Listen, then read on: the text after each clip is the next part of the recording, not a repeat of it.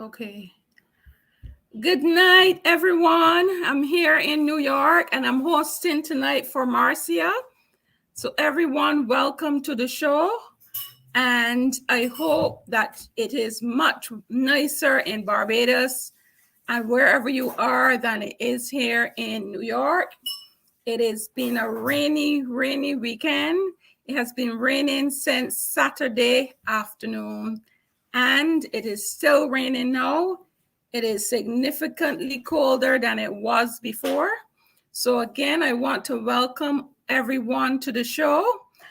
And good night to Natasha, Priest, Heather Cliff, Areem 6070. I hope you guys are doing well. All right, so can you please share the show? We have about 35 people here that I can see on YouTube so far. So can you please share the show? And let's get some momentum going. And if Dave, can you hear me? I want to remind everyone that the next March will be held on September 30th, which is Saturday. And I am inviting you to attend and to bring as many friends as possible to attend the march. And tonight we have an action-packed program for you as usual. And I am absolutely sure that you're going to enjoy it. So before we proceed, Dave, you can go on to share our song. Let me march.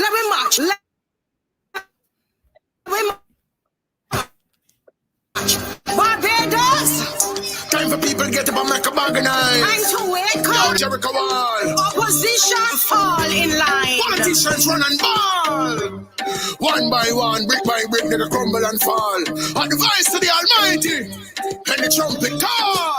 Lies and corruption. This administration. Lies and corruption. Beer abomination. Lies and corruption. Poverty and frustration. Lies and corruption. Washing up the nation. Lies and corruption. This administration. Lies and corruption. Beer abomination. Lies and corruption. Poverty and frustration. Lies and corruption. Washing up the nation. Vaccine scam. Let's remember it. Trade and tidy won't be mandatory. Pin it, change them up on the elderly. Make me vote, they treat you like enemy. Let me march. Lies and corruption. This administration. Lies and corruption. Beer abomination. Lies and corruption.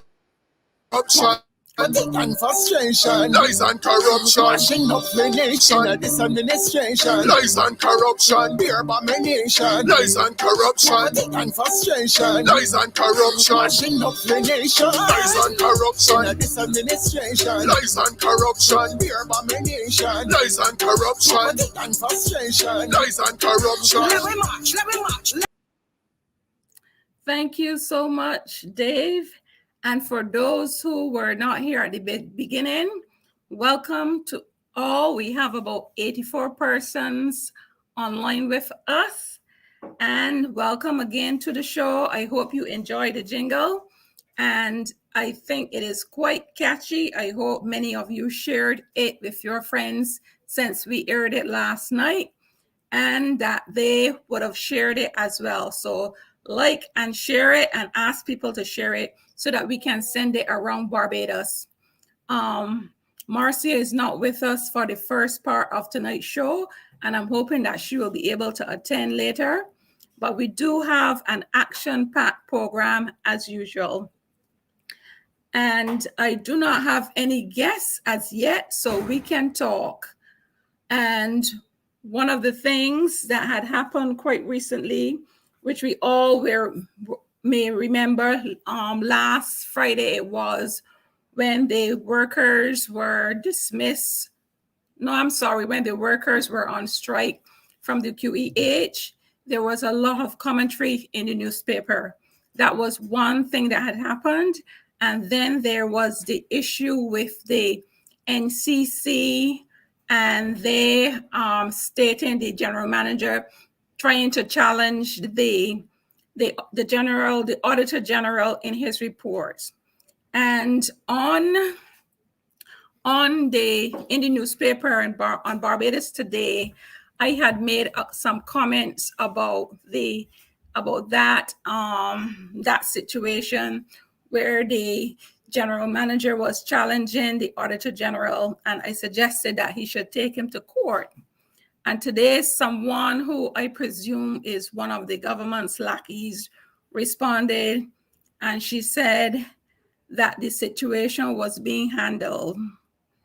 I didn't have time to respond, but to say something is being handled, it is just to push it under the carpet so that we would say, yeah, something is happening. But why say something is happening and not say exactly what is happening? So when I respond, I will tell her that since she is in the know that the matter is being addressed, please inform the public as to what exactly is being done, because we deserve to know. We are not children, so we don't want anyone to be treating us as though we are children, saying something is being done and not telling us exactly what is being done. That is like half of the story. We deserve accountability. And we will continue to stress and keep this matter alive until something happens. All right. And I presently have 113 persons attending the program. So please continue to like and share and push us up into the algorithms so that many more people will be able to see it when they switch into YouTube. I still do not have any guests with me, so we must continue to talk. And tonight I'm going to have Kimar Stewart, Caswell Franklin, and I'm hoping that Dr. Ferdinand will be here as well to assist us and help us through with the program. So let us continue to talk. We had a wonderful program yesterday evening when we discussed that young lady, Rachel Lynn, and all her troubles and injuries. We are wishing her all the best, but there are several things that are to be learned from that experience that she had. And yesterday I had mentioned that we should write to the authorities to let them know that in this day and age, something like that should not be occurring, where women, the backbone of our society, have to go into the bushes to pass water. It is ridiculous. So we have to do something about that.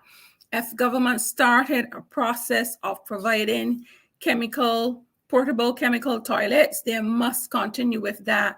That is not something that we should let up, because those women are the backbone of our society.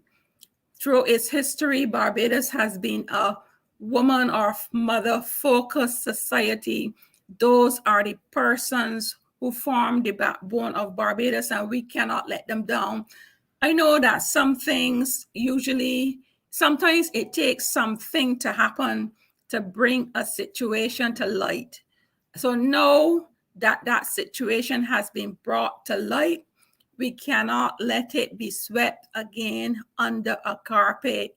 It will be to our detriment and to all of the women who work in agriculture. And as Marcia said yesterday, that we are a voice for the persons who do not have a voice to bring their issues to the forefront, and we are in a better position to articulate their problems for them, to bring it before all the people in Barbados, to let them know what is going on. And Dave has brought up the story with regards to the NCC manager, and I am hoping that some of you can see it. And I am not aware, excuse me, or here he is challenging the Auditor General. And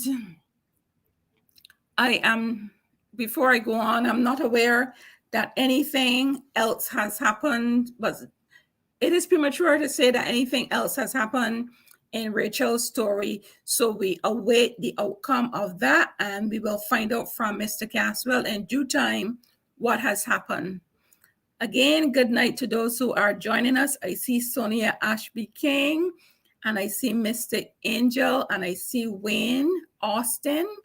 Welcome to the show. So therefore, before our guests, we can continue. Here I have Mr. Ferdinand here, and I am aware that, and I'm sure that you know that he is a well-known Barbadian, and he has always come to articulate arguments in favor of family life in Barbados. And tonight, he is coming to have a discussion with us, and we should be in a position to be receptive to all that he says. And I am sure that will be in the best interest of the children of Barbados.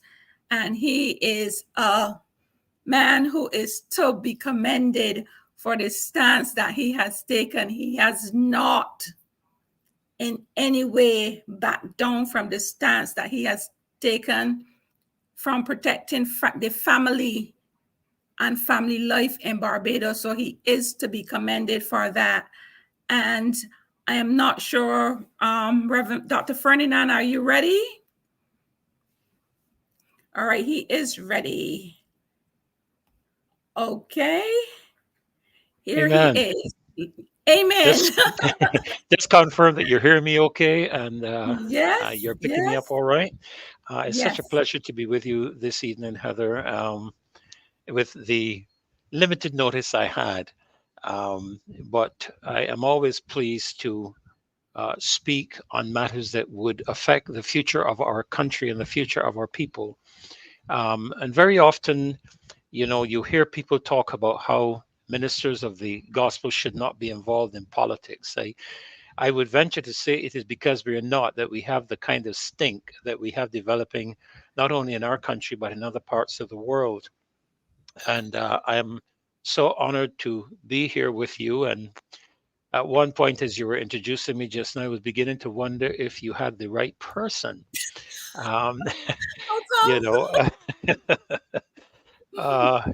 We do what we do, to be brutally frank, for the Lord. We do not seek any accolades or anything of the sort. I've been awarded an honorary doctorate by an organization from the United States, which is actually a UN organization.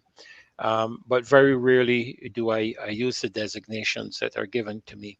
But in the limited time that I have, when I spoke with Marcia earlier in the day and toward the weekend and the end of last week, we wanted to take a look at the matter of the Barbados Trident ID card. And it has been in the news quite a bit. And quite controversially, there are always arguments on either side of the divide. And let me start out by saying that I'm a Barbadian citizen. My being here speaking with you is not simply on the basis of being a minister of religion or a pastor or anything. I'm a Barbadian.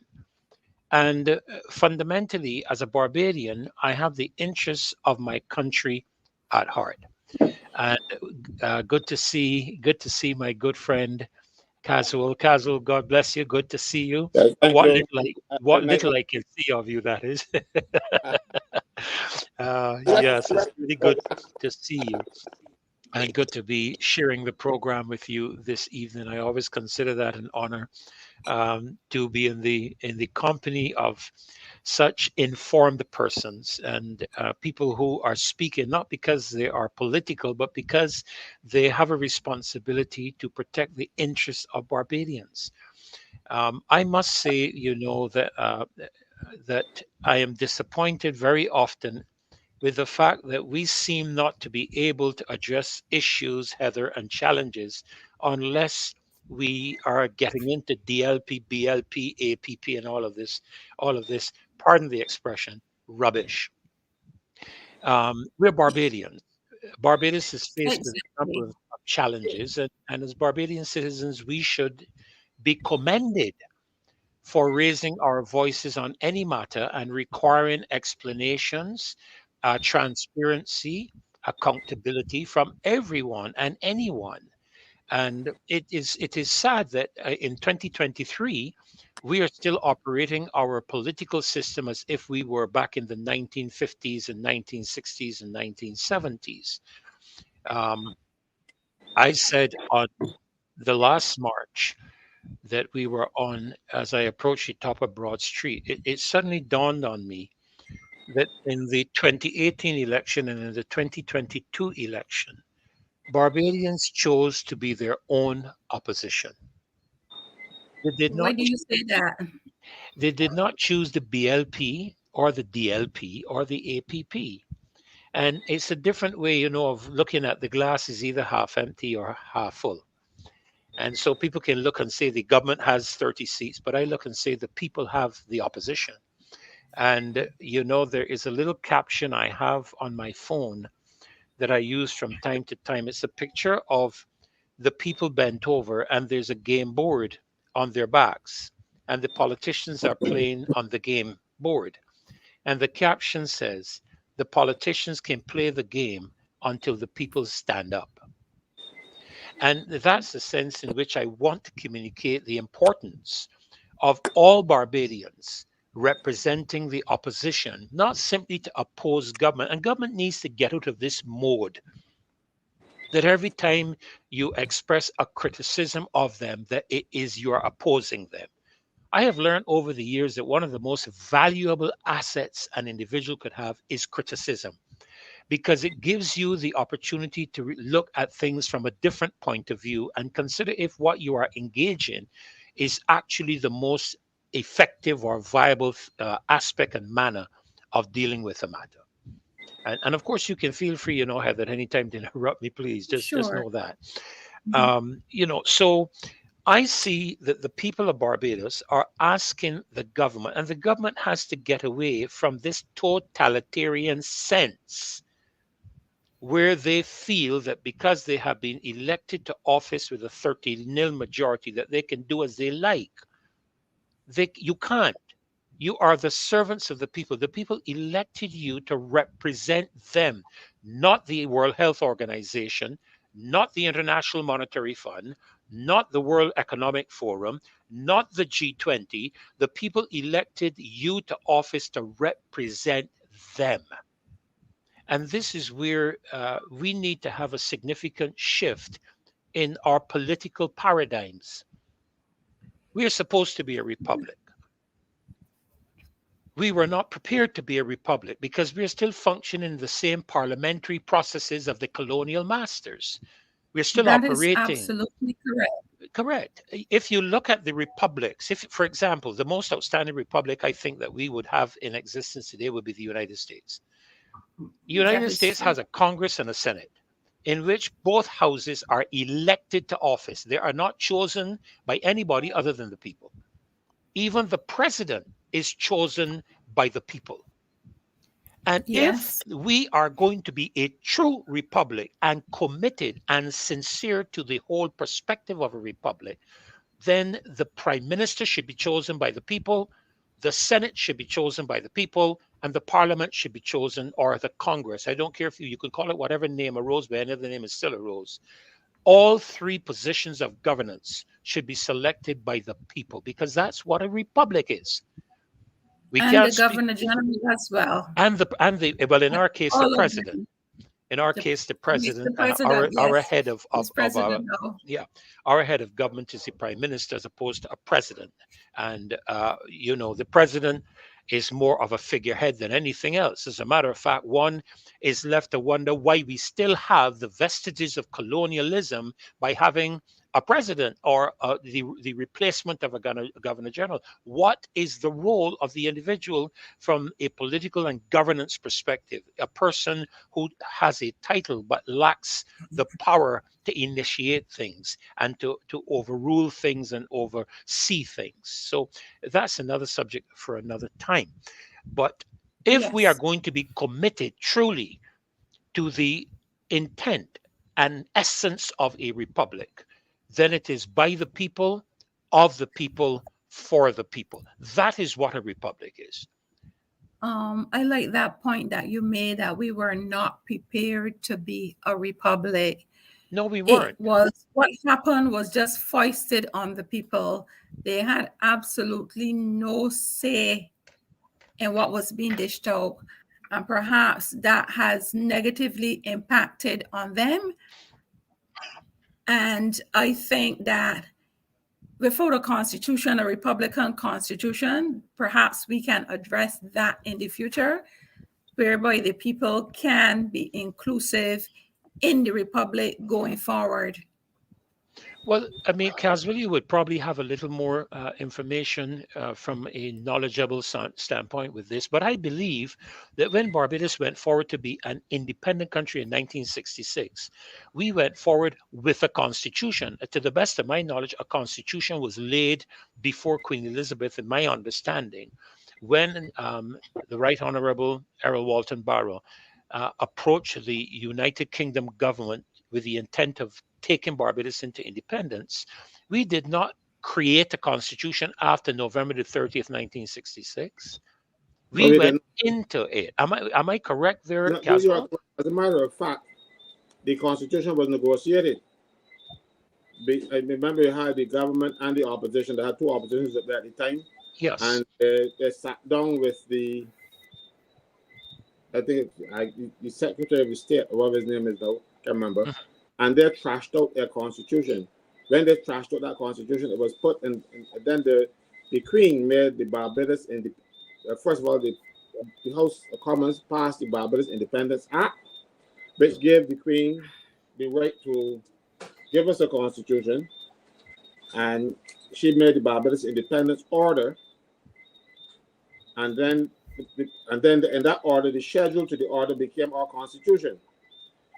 So on midnight, on the 29th of November, we had a constitution. So when Dalton, where's that flag? We had a constitution.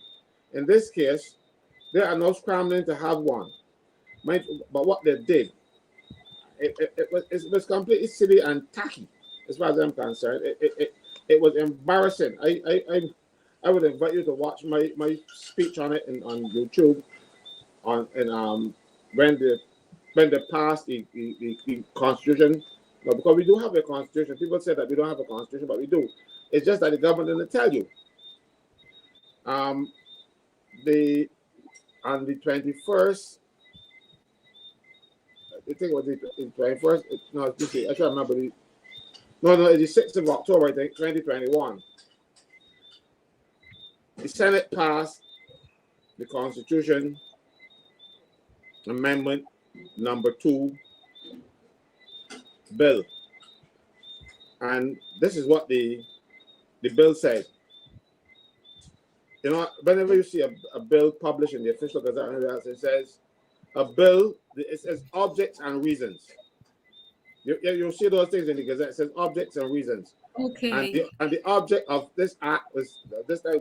It says this bill will alter the Constitution in order A, to provide for Barbados to become a republic with a president who shall be head of state of Barbados, and B, to provide for related matters. So they didn't tell you up front that they were passing a constitution. So most people did not know. You had to go down to section 4 of the act. And I'll read it for you because people keep saying, oh, we don't have a constitution. It says section 4 is captioned Constitution of Barbados. Section 4.1, the independence order is revoked, meaning the Barbados independence order just spoke about that the Queen gave us. Yes. But the revocation of that order shall not affect the validity of the Constitution set out in the schedule to that order. The Barbados, as I told you just now, the Barbados Constitution is the schedule to the Barbados Independence Order. And then they go on at section 4.2, and this is what it makes it so tacky.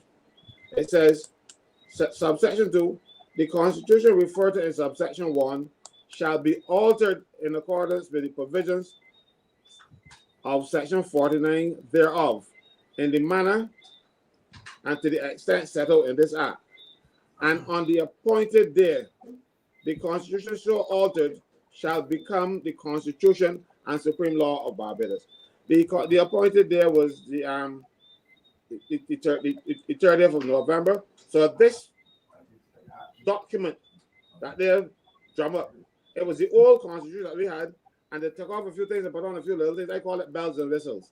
And that became our Constitution. It is essentially the same Constitution we had from England. And then all they did was change Governor General, the president, and put one or two other little things and call it our Constitution. I was ashamed. I asked them if they have no pride.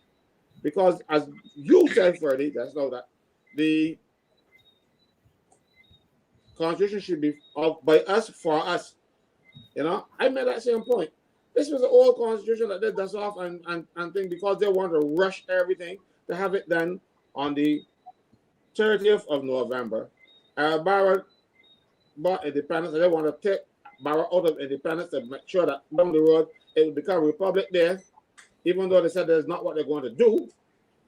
In 2020, they did in 2021, and they put republic there and independence there now to be the same day. So you know one can get presidents over next eventually. Exactly. I pointed out to them in Trinidad, independence there has and republic there are two separate days. And then you have republic there. Republic there in Trinidad is actually the first day the parliament met on the September new republic 24th. constitution. Right, so you have 2 different days. But no, we wanted to eliminate our borough.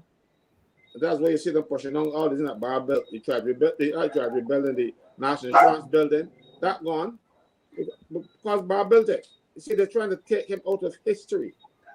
Yeah. You know, Caswell, if I could interject here for a moment,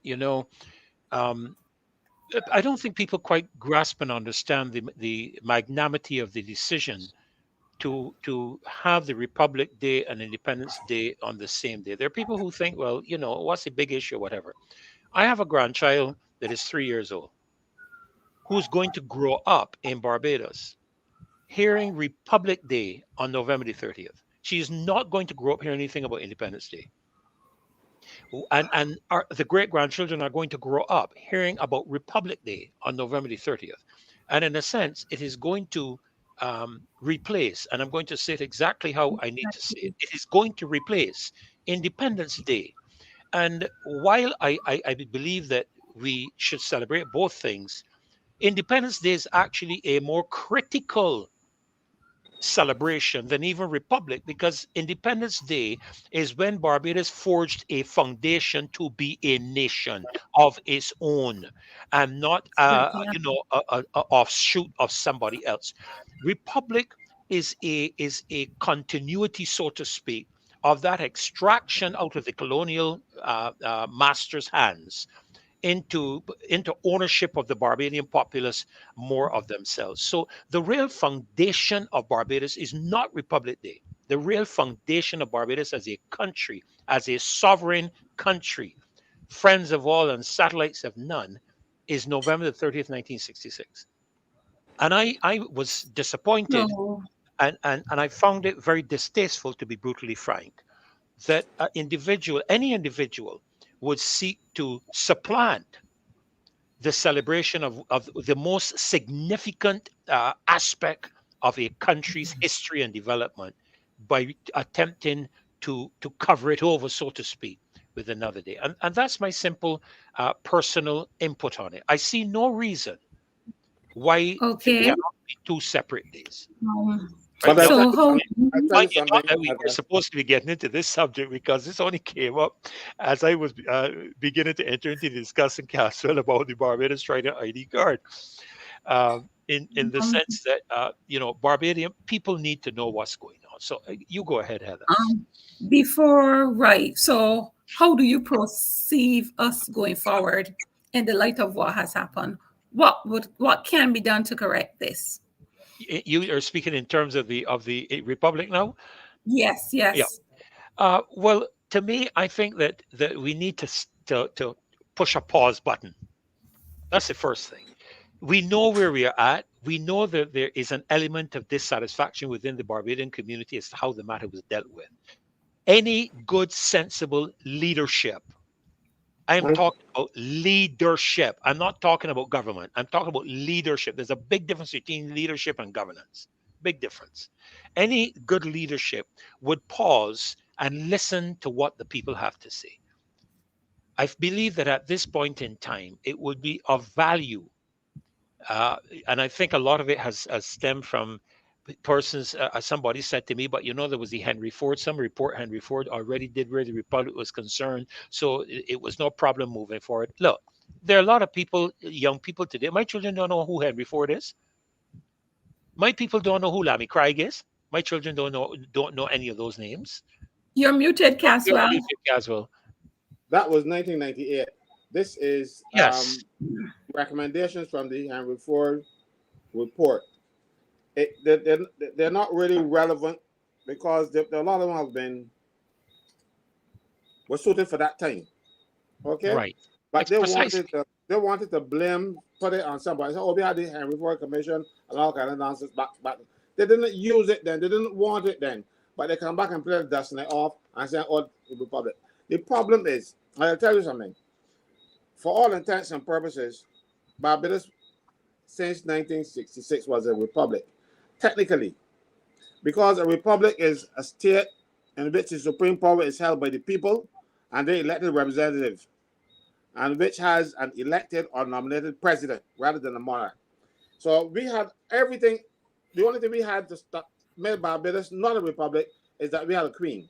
And we didn't have a queen that ruled Barbados or anything like that. She was for all intents and purposes, a nominated queen because Barbados picked her as our queen. Not that she owned Barbados or anything, had any power in Barbados. It was done to keep the people with money in Barbados because a lot of people might not remember because it happened in 1966.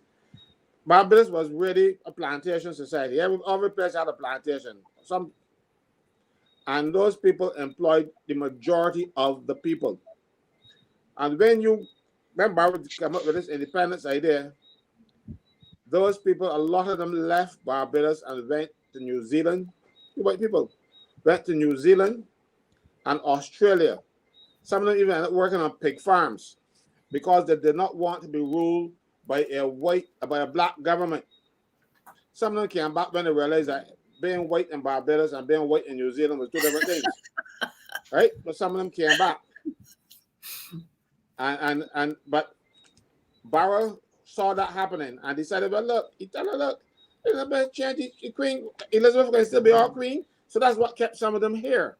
Or Barrow would have gone straight to Republican status, but for the fact that it was being resisted by the people who had money. Okay. And so but we had all the trappings of a republic except that our queen was not handed down to us. We chose her to be the queen. Okay. Barrow chose her to be the queen of Barbados. And she could have been replaced at any time. You see, there was no fight, there was no fuss, no bother when we just said goodbye, queen, and she gone because she had no real power in Barbados. So, for all intents and purposes, Barbados was already a republic. We had everything that a republic has. We elect our representatives, and that was it, you know. And this should be operating for us. It don't happen now. Mm-hmm. Okay. So when we went talking about we're gonna have a Republican constitution, all kind of stuff, all you had ready to do would be to sit down and scratch out Governor General and put president if you want to be that tacky. And that's basically what they did. So when you hear people say, oh, we don't have a constitution, yes, we have a constitution, but the government was so embarrassed to put it forward and tell nobody, you know, they passed the constitution and tell nobody anything. I remember saying it, I said, tell me something, well, they're going to pass the constitution today. I'm going to tell nobody nothing. They didn't tell you. Well, you see, this is the challenge, Caswell, I think that everybody is having currently. We talk about transparency and accountability. You know, Heather, the area that I want to touch on quickly before I have to leave you, and I know you have other guests coming on and other subjects you're going to be engaging. Is this You have subject of time the to speak. You have okay? time to speak. Is this subject of the Barbados Trading ID card? Let me throw some things out there for Barbadians to use their common sense. Common sense. All right. Where did the Barbados Trading ID card originate? Was it a creation of the Central Bank of Barbados? Was it a creation of the Immigration Department of Barbados? Was it a creation of the Prime Minister's office? I can answer all three of those questions unequivocally and tell you no. No. Unequivocally, I can tell you no. And the reason I can tell you no is because whether we care to accept it, believe it or not, there are an element of the elitists in this world who are not elected individuals by any stretch of the imagination, who are making decisions on an economic, financial, and political level for all of the countries in the world. Charles Schwab heads that World Economic Forum. Right? Do your research. If we are discussing an ID card, let's take a look at this ID card. I don't have one, so I can't show it to you. It contains two elements of identification: a chip and what they call what is it again? One of these images that you scan. The reference slips me at this moment. A barcode? Is it a barcode? It's not a barcode. It's a oh my goodness! It's an image that you scan with your phone, or you can scan with an instrument, a piece of equipment, and it will give you information. Now, if the Barbados ID card is simply going to be an ID card that carries the compilation of the information that you would not readily have accessible, thank you very much, Pete. It's a QR code, right? QR code. If the Barbados ID card is simply a new facility for them to be able to access more effectively and efficiently all of your information about you, because let's be honest, once you have an ID card in Barbados, all of the divisions of government know about you. They can access all of the information about you, whether it be health, matters to do with your paying your income taxes, any interaction whatsoever you have with government. Your ID number will give any government office access to all of your recorded information with regards to the government. What the digital ID card does is it compiles all of that information into a chip, which a person can access, or an individual can scan or tap or whatever, and have a more readily available image of all of the information to do with you, rather than necessarily having to search through and go through that. That's fine. I don't have a problem with that. I don't think anybody has a problem with that. Here's where the matter begins. Yes, thank you so very much. Here's where the matter begins now to get a little cloudy and a little concerning. I believe it was Minister Ishmael, if I have the correct minister and the name correct. Yes, you do. Presenting the matter to do with the pensioners and the elderly persons of the older years of life, traveling on the public transport, Barbados Public Transport Board, having an easier process of being confirmed, because there seemed to be some degree of let me say dishonesty among some people who were purporting to be elderly persons and so on. I don't know to what degree or how much that has really been an issue. But he indicated that it would make things easier. But he said some interesting things. He said, for example, it would track through it. They could track the movement of an individual. They could track how many persons are traveling at what times of the day and all of that. So right there, you have the first concern. And that is that the ID card can be used as a tracking mechanism. That's the first concern that Barbadians are beginning to express. And I'm going to extrapolate a bit more on this to explain to you why. So he expressed that. Shortly thereafter, our prime minister came and someone I asked someone to put the information together for me and to present it to me, and they did. And the prime minister came shortly thereafter and indicated that you would have to pin the ID card if you are going to want to access information to do with the national insurance scheme. And I'm going to read it for you. This is from the Barbados Today newspaper, in which the Prime Minister indicated, made the announcement on Tuesday, she urged residents who have not made the switch to Trident IDs to do so and pin their new cards, noting that the national insurance scheme could be the next state agency to utilize the pin and chip technology.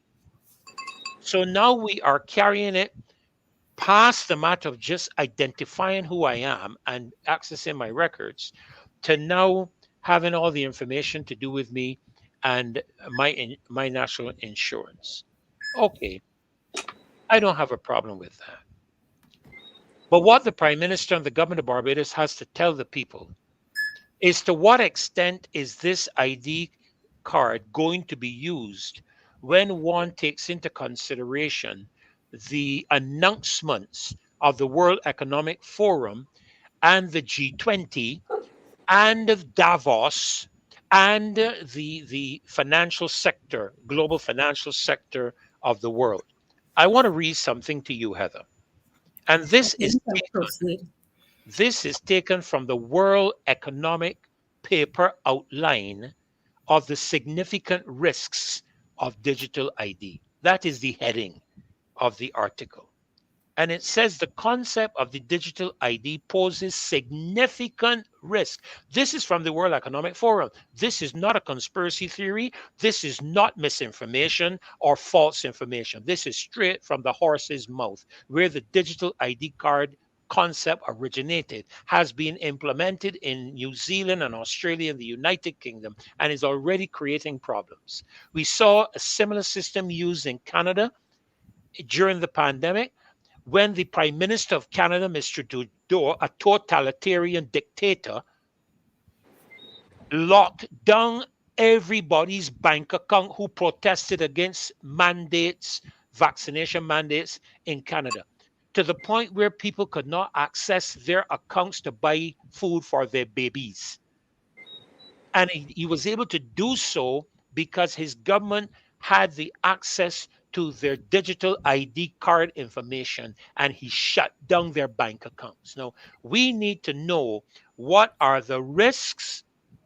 And here they go on to say the most serious, listen to this, the most serious potentially being exclusion, marginalization, and oppression. Those are not my words. Those are the words of the World Economic Forum, who initiated this matter. All right? That's one warning from a New World Economic Forum Insight report on the possible benefits and drawbacks of digital identity technology.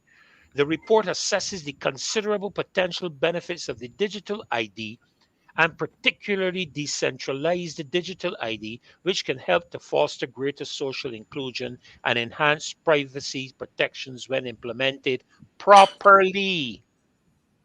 Listen to the words.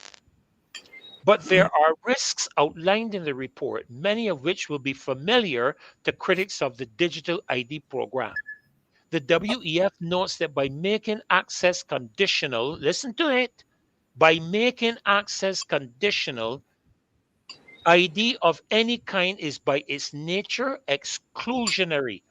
One can't get a driver's license, for example, without providing a home address, excluding those who don't have a home address. And in situations in which sensitive data is collected, there are also risks of marginalization and oppression, with ID being used to facilitate the identification. Listen to the words, Heather. Surveillance and persecution of individuals or groups. Those are some serious words that I have just expressed, coming from the World Economic Forum, who are the initiators of the digital ID. So our government has to tell us, as a group elected to represent the people, to what degree are you going to be using the Barbados Trident ID? To what extent are you going to extrapolate it out to affect people's access to their money? Here's what is also now added to the equation. Every central bank is now trying to develop a central bank digital currency, which will give the government control over all money matters in the country. Now, it has its pros, it has its cons. But one thing is sure, right now in Barbados, we use cash. The cash does not belong to us as people. It belongs, as far as I'm aware, and I stand to be corrected by the financial experts of the Central Bank of Barbados. That's why they can go around changing the appearance. And you remember telling you that That's true. 1 cent pieces are no longer valid, and Yep. they can pull any money they want. Okay. Now, when you have a central bank digital currency, which all Barbadians inevitably are going to have to buy into through your Barbados digital ID, Trident ID, it means that when something is happening in this country, where, for example, if the government attempts again to implement mandatory vaccines and mask wearing, which have now been proven to be a lie and to be ineffective.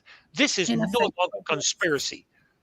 The United States Congress established an investigation into COVID-19 and the vaccines and proved the vaccines were more dangerous than the virus. The European Union has done the same thing, in which multiple doctors have testified and indicated that they were telling the authorities for a long time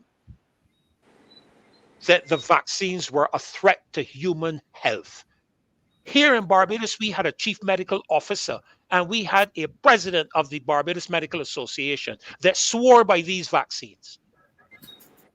Now, today we learn that the vaccine, remember when they started with, and I'm not going off to the vaccines from the ID, I'm just making the point that what we're dealing with here is an attempt to control, an attempt to usurp power and to control the people. And once you have that mechanism in place, you cannot oppose the government.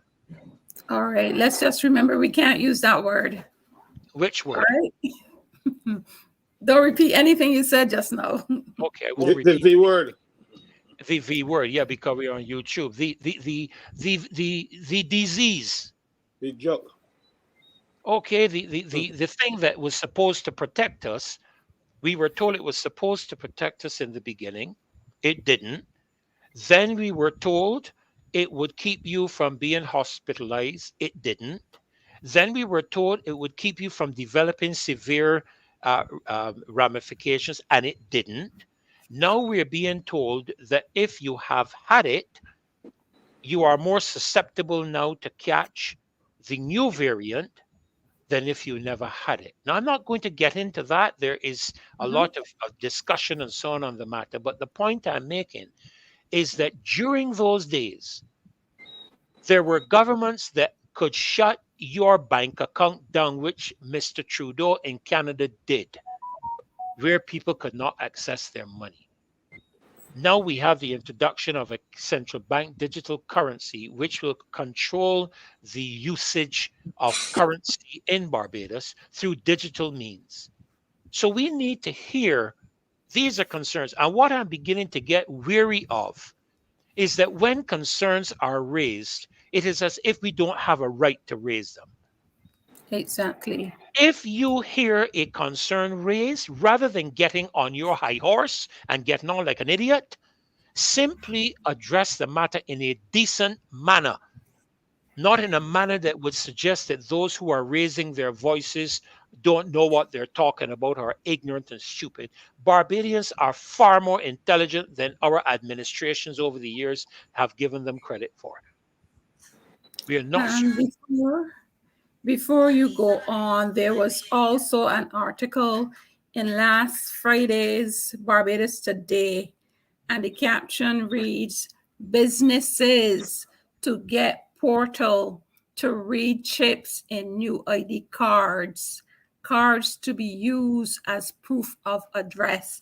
And this was coming from the Chief Electoral Officer Angela Taylor, and the EBC's Manager of Information Systems, Ken Roy Roach. And note what I started with, businesses. But what did I just read to you from the World Economic Forum? Yes. You can tell That's me why the I went this, similarities. that's why I found it. You can tell me the similarities you have heard between the World Economic Forum's expression of the digital ID with regards to addresses, with regards to surveillance, with regards to identification, and with regards to persecution. But I'll ask you a question now. What business is this of the Electoral and Boundaries Commission? Their mandate, their job is to organize elections in Barbados and run elections in Barbados. So I don't know how they get involved with this commerce and all kind of nonsense, because we want to implement this and they use them as the pretext, making people believe that, oh, this is just a new ID card. They lied to us. They lied to us in the beginning. When the Jamaicans tried to roll it out, they took it to court, and the court said, no, this is unconstitutional. You can't do that. Correct. Our Attorney General, because they heard him, came and said, no, it is not mandatory. Now, everything about this card is going to make it mandatory, because if you don't use it, if you don't have one, you can't access, you can't vote, you can't go to the hospital, you can't get a driver's license or a driver's permit. So you go to renew your license, and they will say, can I see your ID card? You don't have it, your license is going to get renewed. And you're telling me that this is the business of the Electoral and Boundaries Commission? We are corrupting everything in this society. Not necessarily we in this government, not me. I just said everything is being corrupted. You know? And let me tell you something. The other night, Kimar made an allegation that if you go to Canada and you don't have that ID card, you can't do certain things. People are asking you for it. So I doubted Kimar in anywhere, but you know me, I always like to check for myself. And I did some checking, and I was told, but I couldn't get a rental car because I did not have the ID card. You have a Barbados passport that allows you to travel to Canada. But when you try to get a rental car to drive out in Canada, they tell you, no, sorry. So that card is already being used in Canada. No, hold on, Caswell. Hold on. Listen to the World Economic Forum. Hear what you just said? Listen to the World Economic Forum. There is also the problem of consent. Critics of digital ID efforts have often object to the possibility of being forced to participate in the program. And this is something that governments exploring digital ID are now straining to address. Wow. The Prime Minister made the point that we will be able to continue using the old ID cards up until the end of this year. But in the beginning of January, you will have to. So without my consent, I am being compelled to engage a process which I am not comfortable with, because I know the extremity to which this ID card can be used. And what is happening now, and I saw somebody just place it, Emerson just placed it in the chat, and he's correct. The US Senate is pushing back against the CBDCs and digital IDs. Not only is the US Senate pushing back, the European Union parliamentarians are now pushing back as well. And the reason they're pushing back is because this is not a emergence of government. This is the emergence of the elitist Charles Schwab, what is his name again? Bill Gates, and this grouping, which the European Union call out. They call them out, and I listened to a European Union parliamentarian a couple of nights ago expressing emphatically that the reason that the people elected us to be in the European Union Parliament was to represent the people and not the elitists. Yes, I heard her. Clear as daylight. Yep. And she received significant applause. I hope they're able to translate that applause into votes. Because if this is not STEM, I listened to some of the presentations in the recent G20 in India, in which the Minister of Finance of India made it abundantly clear that governments have to, and I am going to paraphrase, force this matter on their people, because they're using it as a guise, saying that this is how they can combat money laundering and all of this rubbish. Look, the reality is that the majority of people that are involved in money laundering are those same people who are trying to push this matter, all these matters on them. And if we had an honest judicial system, the majority of them would be locked up. But unfortunately, Freddie, we don't have any such judicial system in this country. We don't have it in the world, apparently. And the reason for that is how they are appointed. The Prime Minister gets her way. Even though she passed a piece of legislation that established an appointments committee. That appointments committee does not have the final say. They can recommend, because that's all they're empowered to do. They can recommend. It is still the Prime Minister in consultation with the Leader of Opposition. And since we have no opposition, now is the Prime Minister in consultation with herself who will decide who our judges are.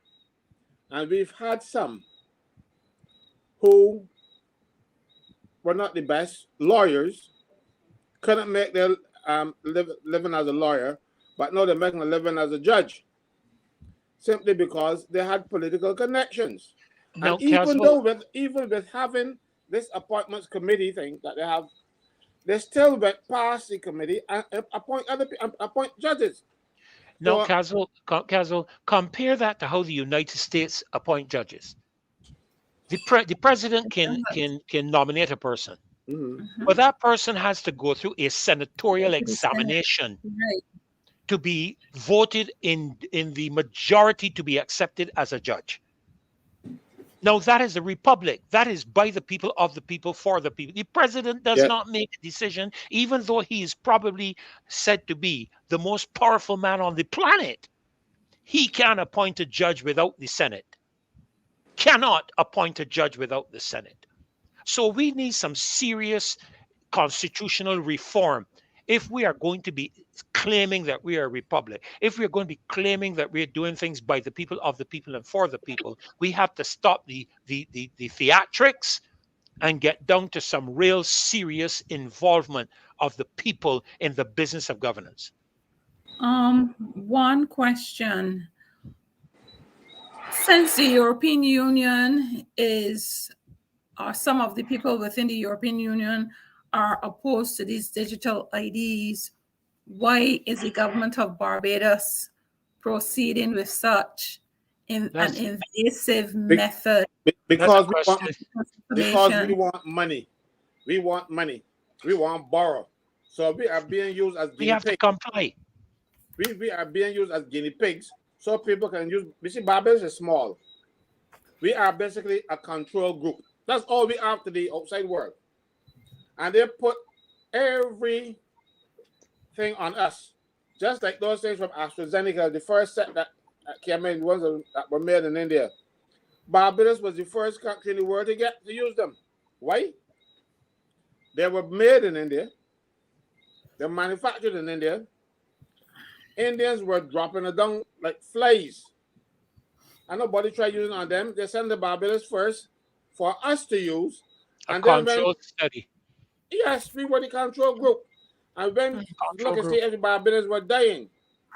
And then when the Barbados didn't die immediately, then they start using them elsewhere. I remember when we got the first 300,000 doses, the Prime Minister or 100,000 offered something to Rowley. Rowley said, no, you go ahead. You remember that? Yes, I do. Rowley said, no, we don't want any. You go ahead. We were being used, and we had the chief medical officer and the CM president who knew nothing about them because the research wasn't done in Barbados. They were just piggybacking on what other people said without any scientific proof, and they were pushing them and telling people, go and get them, go and get them, go and get them. I like to tell you, the only way one of them will get anywhere near me is if I'm walking through the clinic and the nurse drop a vial and they walk through it. Nothing going near me. So, But you see, you ask, you know, there's a lot, Heather. I'm going to tell you, you know, Barbadians, we need to wake up.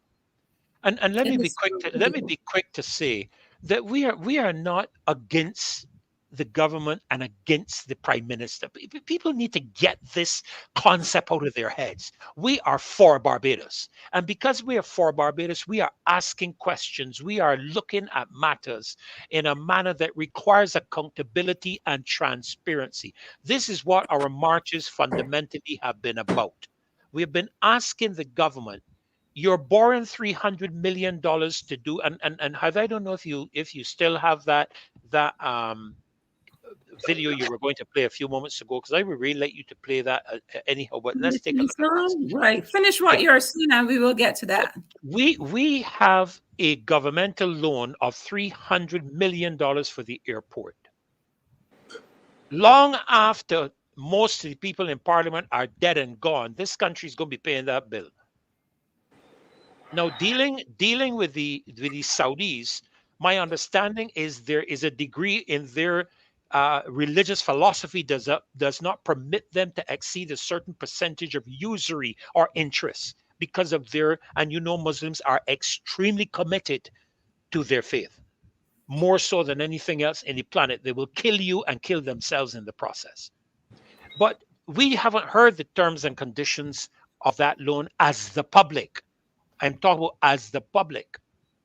People look at me and say, but we get grants. And if you get a grant, but grants come with conditions. I know what I'm talking about because I have been trying to get financial support and financial assets to be able to assist things, not just in Barbados, but in other parts of the Caribbean. And every single philanthropic person I've spoken to has conditions of their grant and giving. Every one of them. All right. So, go ahead. All right. At this point, Dave, can you play the song for us again? Let everyone hear. We have about 300 people now, and most of them would not have heard it. Please go ahead and play the song.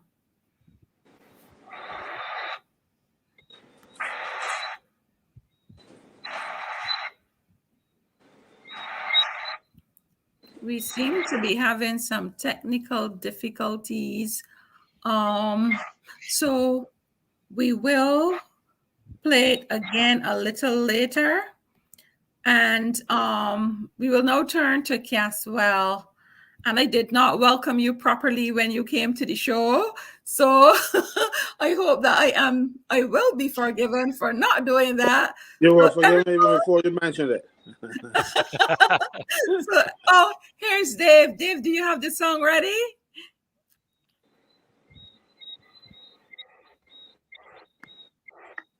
Let we march, let we march, let we march. Barbados. Time for people get up and make a organize. Time to wake Now up. them come from country and town.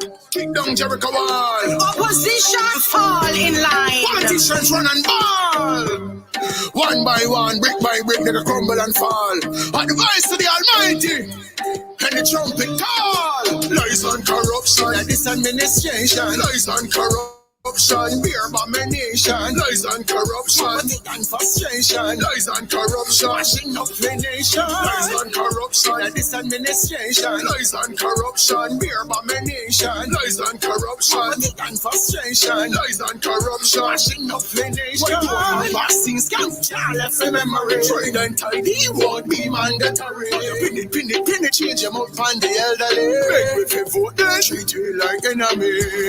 Let we march, let we march, let we. Lies and corruption, this administration. Lies and corruption, beer abomination. Lies and corruption, poverty and frustration. Lies and corruption, mashing up the nation. Lies and corruption, this administration. Lies and corruption, beer abomination. Lies and corruption, poverty and frustration, lies and corruption, mashing up the nation. Lies and corruption, this administration. Lies and corruption, beer abomination. Lies and corruption, poverty and frustration. Lies and corruption. Let we march, let we march, let we march. All right. Thank you so much, Dave. And as I was saying, Caswell, I must formally welcome you to the show. I did not do it before. So everyone, here is our master teacher here tonight, Caswell. And I did not have exactly what you wanted to say, what you'll be speaking about tonight, but the floor is yours. I wanted to talk about something personal, and I also then want to talk about what's happening at sanitation. The personal thing is, when the government instituted the state of emergency and imposed all of these restrictions on people, call them directives, COVID directives, all kind of stuff. And none of these things up to this day, up to today, have not, today the 25th of September 2023, have not been laid in Parliament. That is contrary to the laws of Barbados. A judge disagreed with me and ruled that I was incorrect. So I said, okay, well, there are systems in place that when you disagree with a judge, you appeal. But what happened? The judge read her decision to us, okay? And she was fumbling all over the place, and I want to say it looked like she was ad-libbing. And then she said, oh, she has a few typographical errors, and she will hand us our decision, written decision, in 30 days. To do a few typographical errors, she's going to take 30 days. I said, no problem. 30 days, I can do that, standing on my head. But 30 days ended up being 13 months. Wow. And we still didn't get a thing. So I went to the nation, they complained about it. And quick so, they came up with this, called my lawyers and gave the decision. When I read the decision, I did not recognize it from the oral thing that she made. So I asked my lawyers to get a transcript that would better inform our appeal, because we are appealing based on what we heard, but we want the transcript to better inform our appeal so we can even amend our appeal.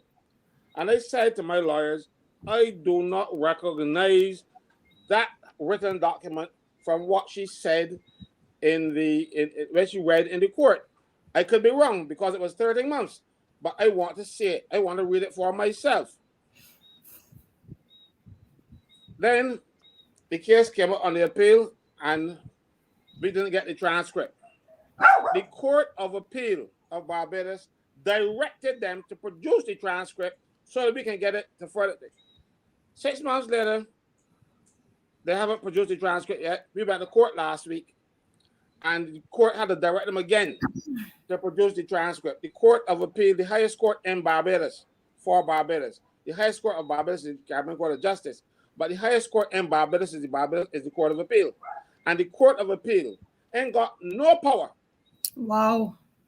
Or it has the power to enforce its own. It says they are directing them to produce the transcript.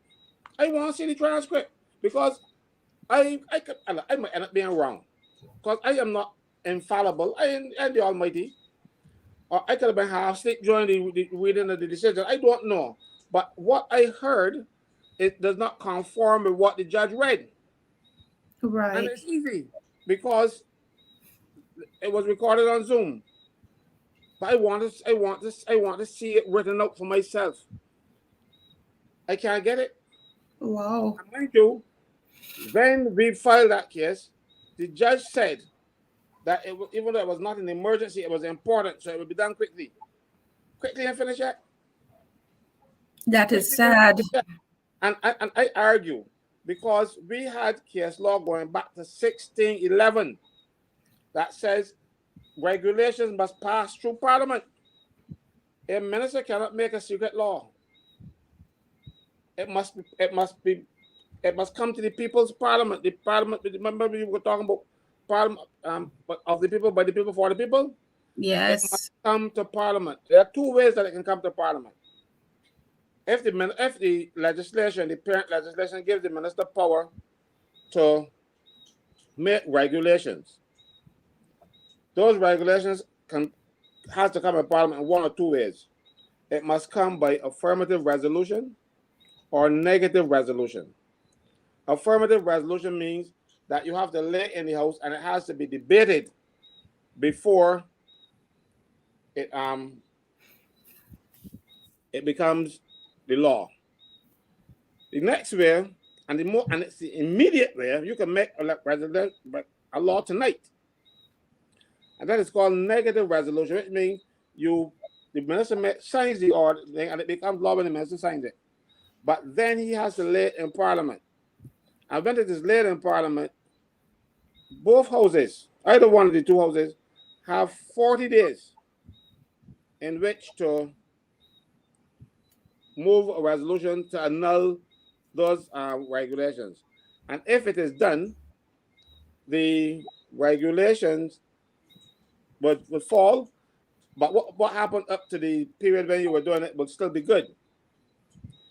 So the Prime Minister, as minister responsible, she made a lot of regulations, but none of them have come to Parliament. And they are saying that it was done under the Emergency Management Act. The Emergency Management Act and the Constitution conflict. So I go with the Constitution. I remember the Attorney General saying that there is nothing in the Constitution to provide for a public health emergency. That was, to tell the truth, asinine.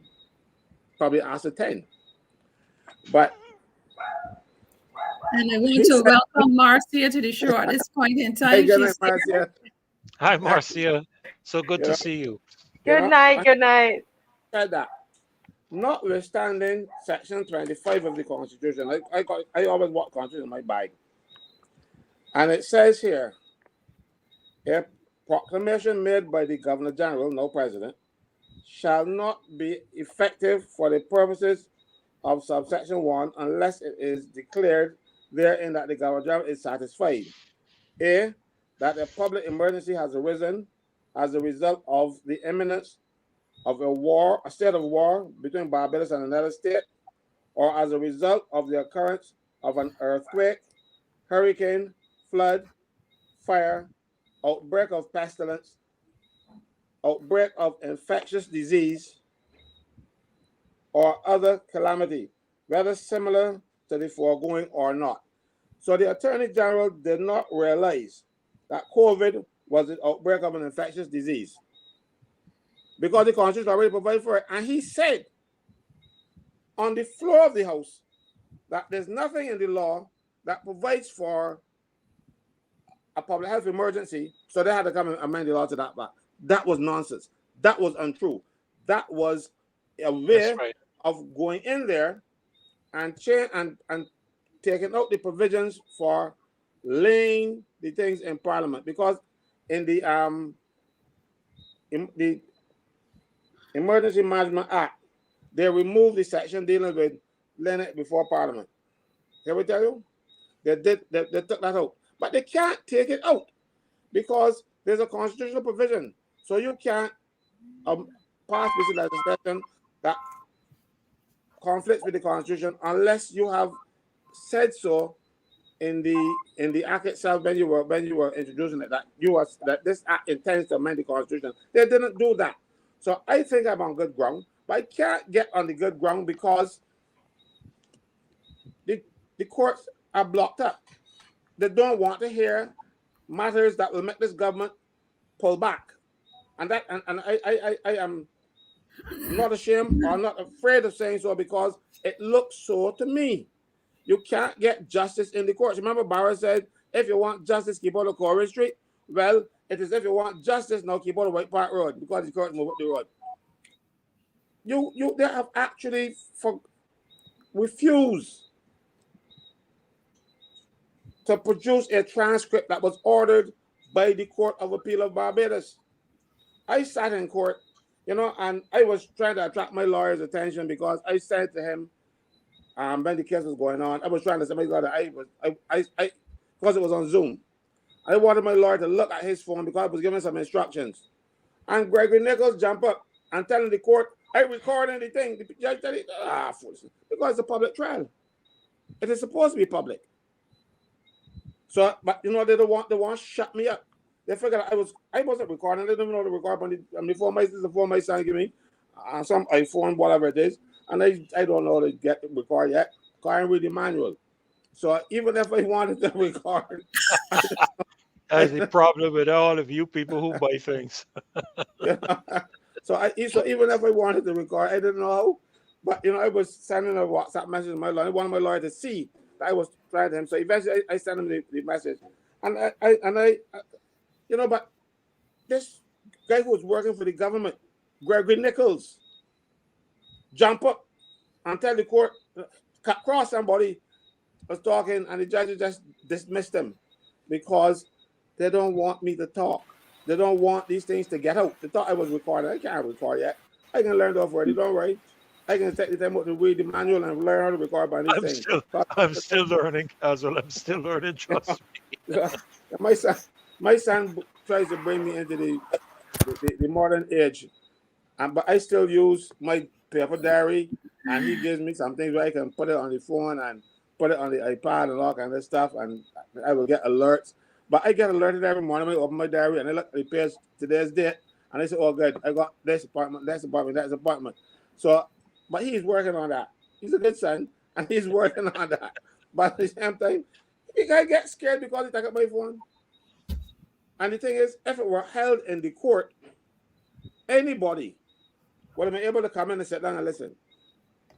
So it wasn't a big thing, but they don't want people to sit down and come in and listen because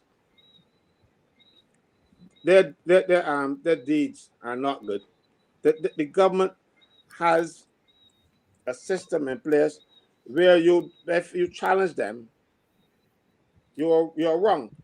Case in point, young lady last night. Before you proceed, I want to welcome Kimar Stewart to the show. Continue, Caswell. Yeah. The case in point last night. The lawyers in the public service seem to think that their job is to defend the government no matter what. No, they are supposed to deliver justice, not a win. If the government wins, so be it. But their job is to get justice. So if the justice of the situation require the government lawyers to concede, they should do that. That is what used to happen when I worked in the Attorney General's office. It didn't happen now. Because I remember I mentioned the case last night where the lawyer for the government told them that they were wrong. And they said to him, well, I tell you go court. So he went court and then argued because he had not to argue. He's no longer employed in the public service. I see. Right? Because you have to oppose. The young lady last night,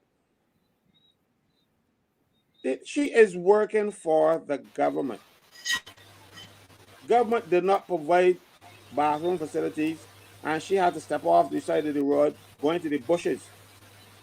And this day and age, you treating young, she's 28 years old, she should be going in a bush. That went out before my time. You know, but you provide toilet facilities. I have spoken to women that work at the BAMC who tell me that they're going to go in bush too. And I don't want to be as graphic as they said, but they said there is traffic on the line, but I see everybody hears a microphone. Let me see if is it Marcia. No, I don't know what it is. Okay, it's clear that it has stopped now. You know, go ahead. They tell me that when they go in the bush, the bush won't become their sex partners, you know, and that's the best way I can put it without being so graphic. And you exposing young women to that. She goes off and steps on a well and falls in.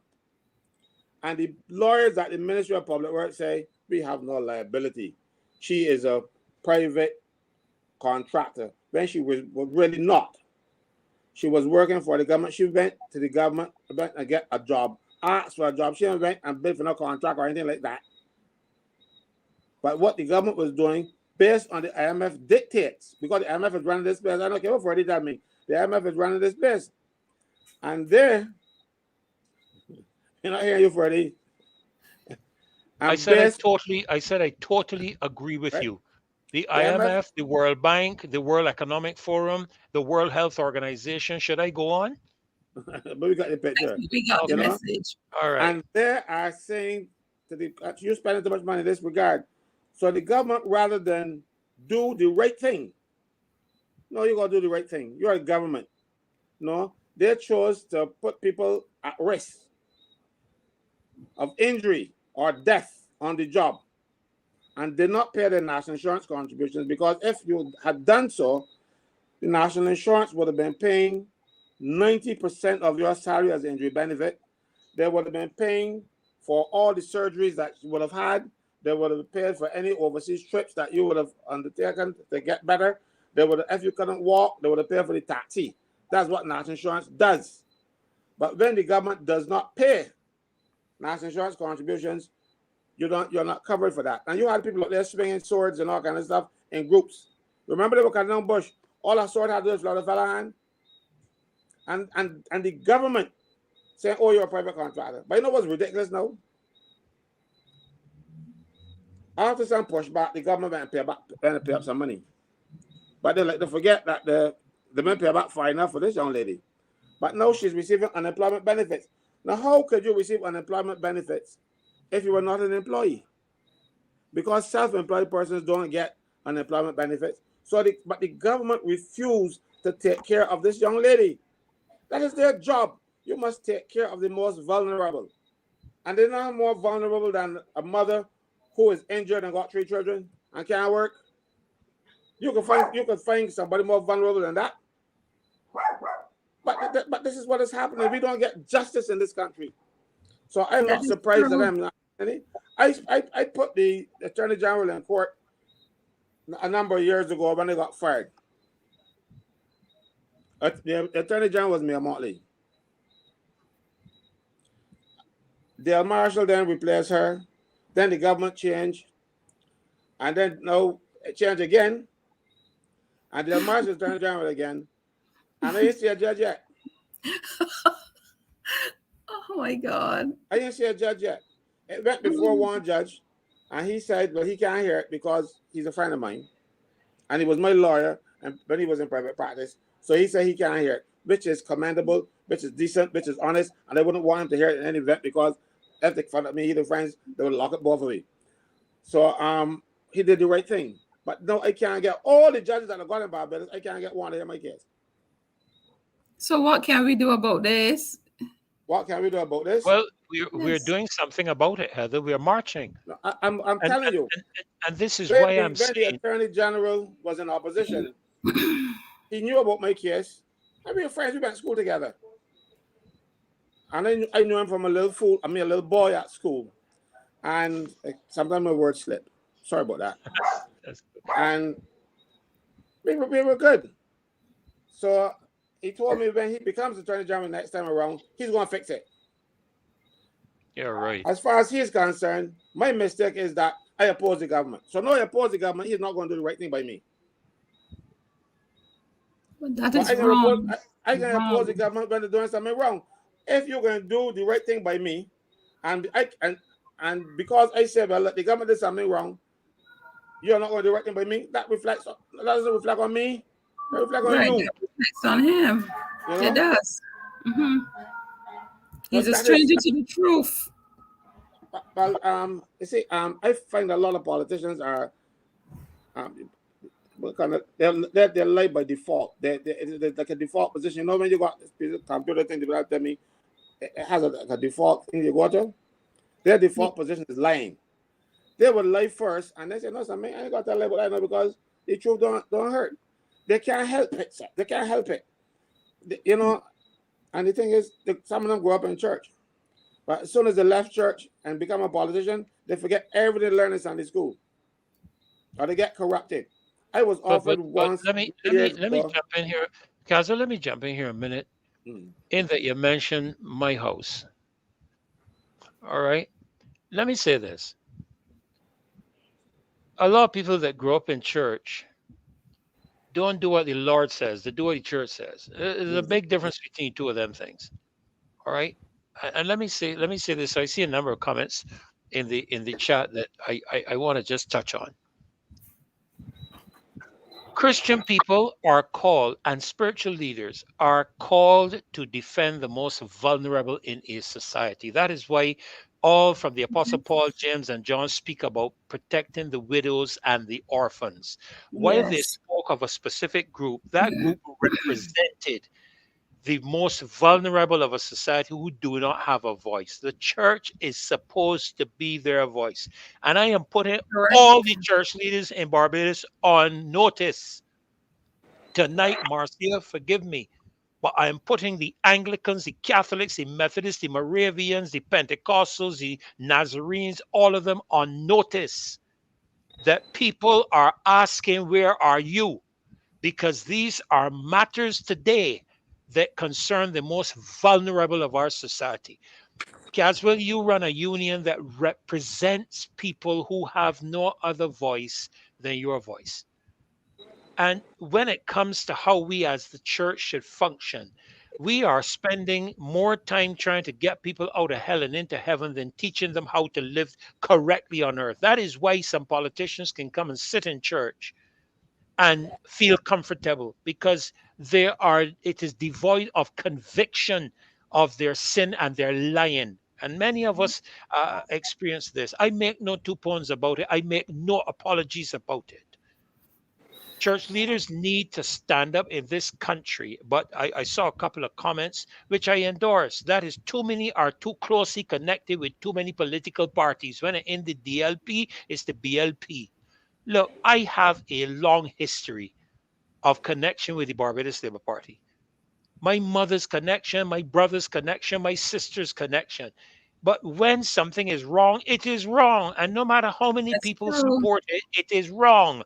It is And when wrong. something is right, it doesn't matter how many people oppose it, it is right. So it is not a matter of whether we are talking about a political party. We are talking, Caswell, about what is right and what is wrong. Nobody in 2023 there can be no justifiable condition for a person to be going into no cane ground or no backyard or anything and having their bowel movement there. That is not right. And there is nobody in any political party that should be opposing that matter. And that is the disgust that I have currently with our political system. And I listen to some of the call-in programs where people are talking about, well, the government, look, if the government is doing something wrong, I don't care who you are. If you are supporting the government, they're wrong, they're wrong. Tell them they're wrong. Have the intestinal fortitude to stand up and tell them they're wrong. Because in so doing, you can help them to get back on the right track and do what is right. But what we do is we entertain this maintenance and sustenance of what is wrong, and now we are going to pay the price for it. And let me leave. I'm gonna have to leave you all soon, but let me leave you with this, Caswell. God don't sleep and God don't slumber. Amen. Let me tell you all this. Let everybody this. God don't sleep and God don't slumber. He's bringing down from the highest all the way back down. All the Bill Gates and all the Charles Schwabs, all the Bidens and all the rest of them are coming down. And if you think he's going to omit Barbados, you're sadly mistaken. If you do not do what is right. There's a little verse that says, when the righteous rule, the people rejoice, but when the wicked rule, they're groan. You can determine by the responses of people today whether the righteous are ruling or whether the wicked are ruling. And if what I'm hearing from you is Groaning. then I'm groaning, Freddie. I'm no. groaning. Okay, fine. There you go. I think I can stop there, because I know some of my colleagues may take my head off for this, but I make no apologies in issuing a clarion call in this platform to the spiritual leaders of our country. Get off your butts, get up off your backsides, and come and represent the people.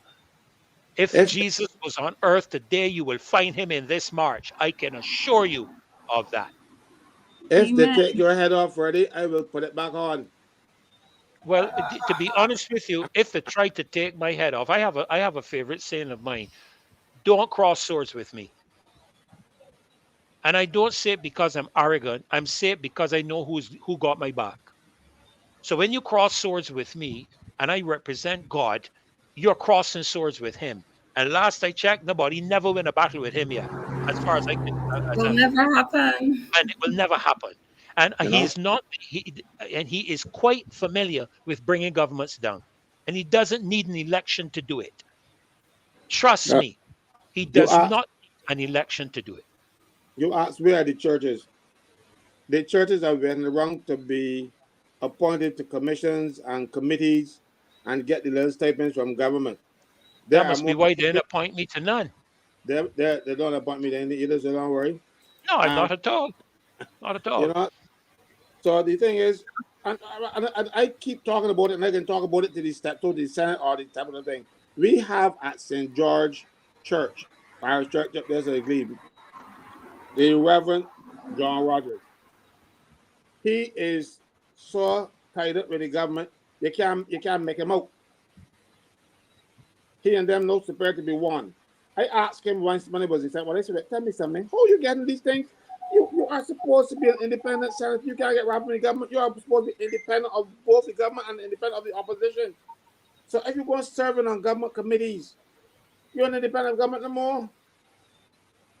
And then when the matter come to the Senate, you have to come and speak on it. So you can do oppose it. You can only support it. You are like an auditor. If he didn't look at it like that. Well, I give him some food for thought, but he think about it and dismiss me.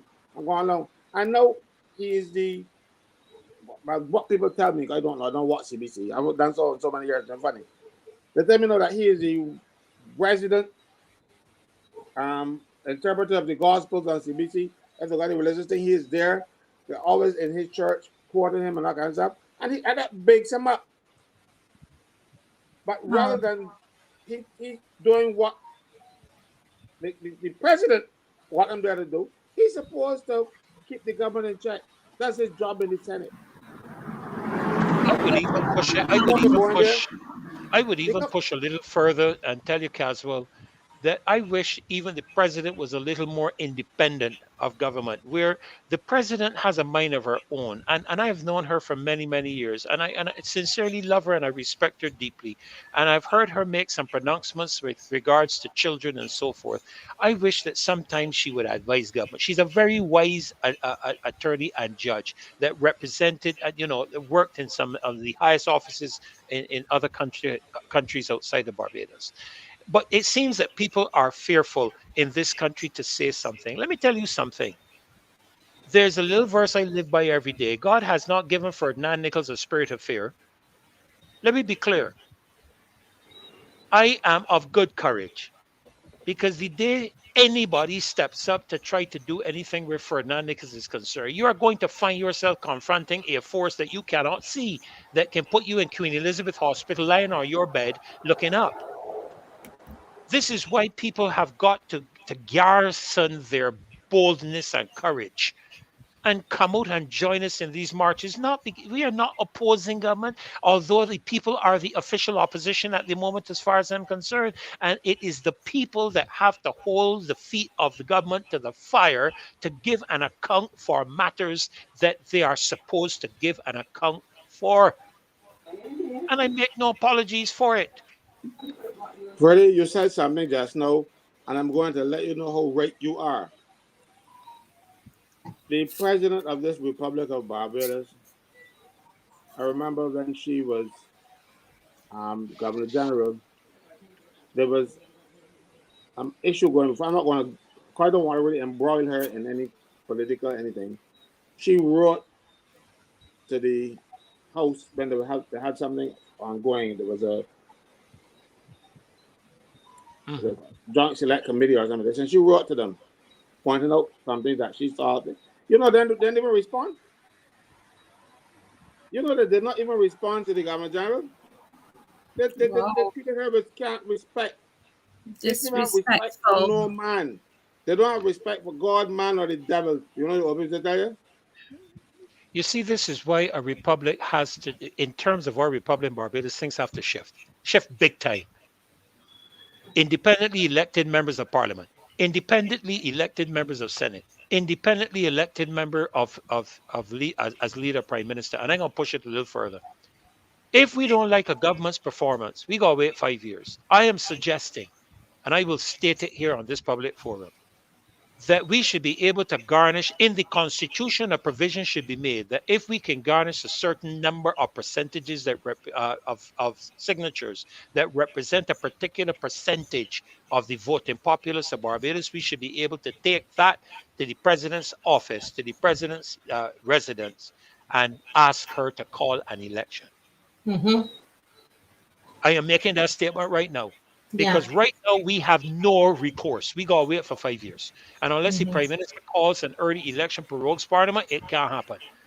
If this is a republic by the people, for the people, of the people, then the people should be able to call a government to order and should be able to call an election if they're not satisfied. If the majority, if it is 100,000 signatures, you have to get 60,000. If it is 8%, 20%, or whatever percentage of the people you need to get to call an election, there must be provision in the new constitution that the people are one of the options to call an election and not just the leadership. Whether it is done in another country or not is irrelevant. We do what is important for our country. We do what is important for our nation. But And we operate under what we call the Westminster system. But we don't anymore. We are a republic. No. The system of government is still Westminster type democracy. I know. All right? I know. And I keep saying that what we practice here is just a parody of the Westminster type system. I'm going to give you some examples. You just mentioned that having signatures to recall a government. In England, you can do that. England is run by the parliament. But we didn't copy that aspect of it because that don't suit us here. You understand? We are just doing, we are pretending to run in the parliament, run a government. Because, look, for instance, you see bills go into committee in the House and the Senate. And the people just come and say, I beg to move that clause 1 stand part, or 2 stand part, and that kind of nonsense. In the real parliament, when that goes to committee, people pick those clauses to pieces and sometimes amend them. But we don't amend them. If you try to do that in Barbados, it's probably going bad. You do, and now, when we don't really run a committee system, but they won't give their backbenchers extra money, they just appoint, I understand that they appoint 3 different committees, chairman of committees. You have one already that don't do nothing, and you're going to put 3 more now and get them additional $3,000 a month. That has not been put in the official gazette as yet, but they're operating already. All right. So they are not following normal practice. They're just doing as they like, and that is the problem. This government is like a runaway train, break going and everything, doing what they like, and they're just rolling over everybody and everything, doing whatever they please. Well, the march on Saturday is a continuation of the official opposition holding the government's feet to the fire. And I want to encourage everybody on this platform. I don't know how many are on, Heather. It's 357 right now. 357 multiplied by 7. In marketing, I understand that one person can influence at least 7 people. So on Saturday, we should have over 2,000 people marching with us. And that march should grow every single week. Every single week. We, the people, are the opposition. I'm sorry I have to leave you. It has been a pleasure of mine sharing with you. And I will make myself available at any time, because I believe that if I cannot bring my faith, Heather, to address issues within the context of the well-being of my country, then my faith is not worth my time and my effort. So thank you so very much. Thank you, Marcia, for the honor and privilege. Thank you, Caswell, for putting up with my interjections. I will still be hearing you, and I look forward to hearing Kimar, who, in my estimation, is a fine future representative in the House of Assembly for Barbadians. So I have to leave you. Thank you so very much, Thank Caswell. you very Carry much, on Dr. quality. Nichols. Thank you. Thank you. Great night. We enjoyed your presentation. Thank you so much. God bless. Bye-bye. Have a good night. You And too. let's have our theme song again, and then we will go to Kimar. We've had him waiting for quite some time. Dave, can you play the song for us?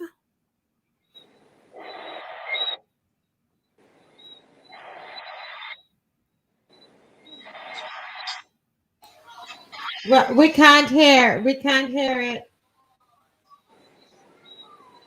We can't hear it. Can you hear it, Heather? No, I can't hear it. Oh.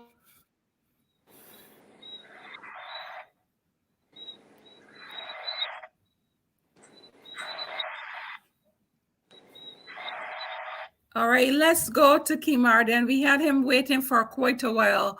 Welcome to the show, Kimar, and the floor is yours. Let's hear what you have to share tonight. Hello, good night to everyone. Happy to be back again. Caswell, Marcia, Heather. Thank you for holding on the show quite nice today. Thanks to Pastor Ferdinand for also jumping in. He too is a strong strapping man that I would like to see in the house one day as well. So yeah, we're back with the People's Opposition again, and we have more information to share. This tonight I want to start by quoting a author whose name is Andrea Thomas, and he spoke to leadership of countries. And one second, Kimar, there's a sound that's coming through on your mic. Is it? I don't know. Like something is happening in the background. Or something? Do you have a TV on? no, I don't think that's me. I think. Hold on, let me. We're good now. We're good. It stopped now. Yes, it stopped.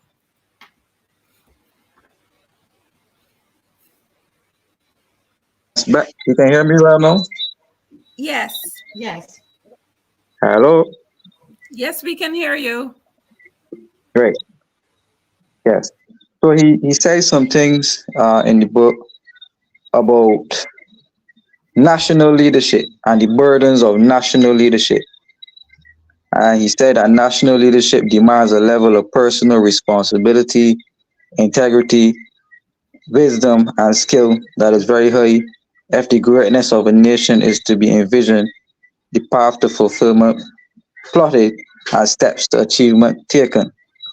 And he said that every nation has modern day princes and princesses of influence that span the sphere of spiritual leadership, philosophical leadership, political leadership, military leadership, entrepreneurial leadership, educational leadership, family leadership, judicial leadership, social care leadership, organizational leadership, media leadership, and arts and entertainment leadership. And he said that when these princes and princesses of influence are childish, the economic dignity of a country will be sabotaged by their thoughts, understanding, and speech. And that childishness is expressed in three ways: thinking, understanding, and speech. And in thinking, all children are self-centered, and this is because they have not developed enough to become independent of their parents and care for themselves. And on the same token, when the leadership of a nation are childish, they are self-centered and produce the following symptoms. They think that the country exists to serve their influence and not the other way around. They think self-interests are not national interests. They negotiate against the national interests because they are blinded by their own personal needs. He went on to say that dependency, children by nature are dependent, so childish national leaders will produce dependent economies that will become pawn nation states. vulnerable to be utilized by king nation states and investors as a sacrificial lamb or, or a temporary asset. He said that dependent and childish political and civil leaders take pride in always begging their parent nation for help. And what is sad is that some of these nations have never grown and after 50 years of political independence are still kindergarten nations, and that children are dependent because they have not yet cultivated their gifts, harnessed their potential, or developed their minds to become financially independent of their parents and contribute to the family. And this process that children go through from dependence to independence and then to interdependence reflect the stages that nations go through on their way to economic dignity. However, just as with children, there are abnormal conditions that cause certain children not to develop and stay dependent on parents, so as it is with countries. Okay? I don't want to give the whole thing what goes on, so I just want to give you the last statement which stood out to me, and he has it here in black and white. Right? He said that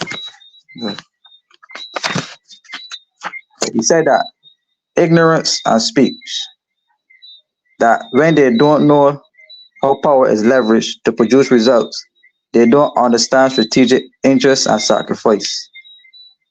And these leaders of influence are too ignorant to negotiate their nations into economic dignity, and they will always be outmaneuvered and outnegotiated in their own country by king nation states, international investors.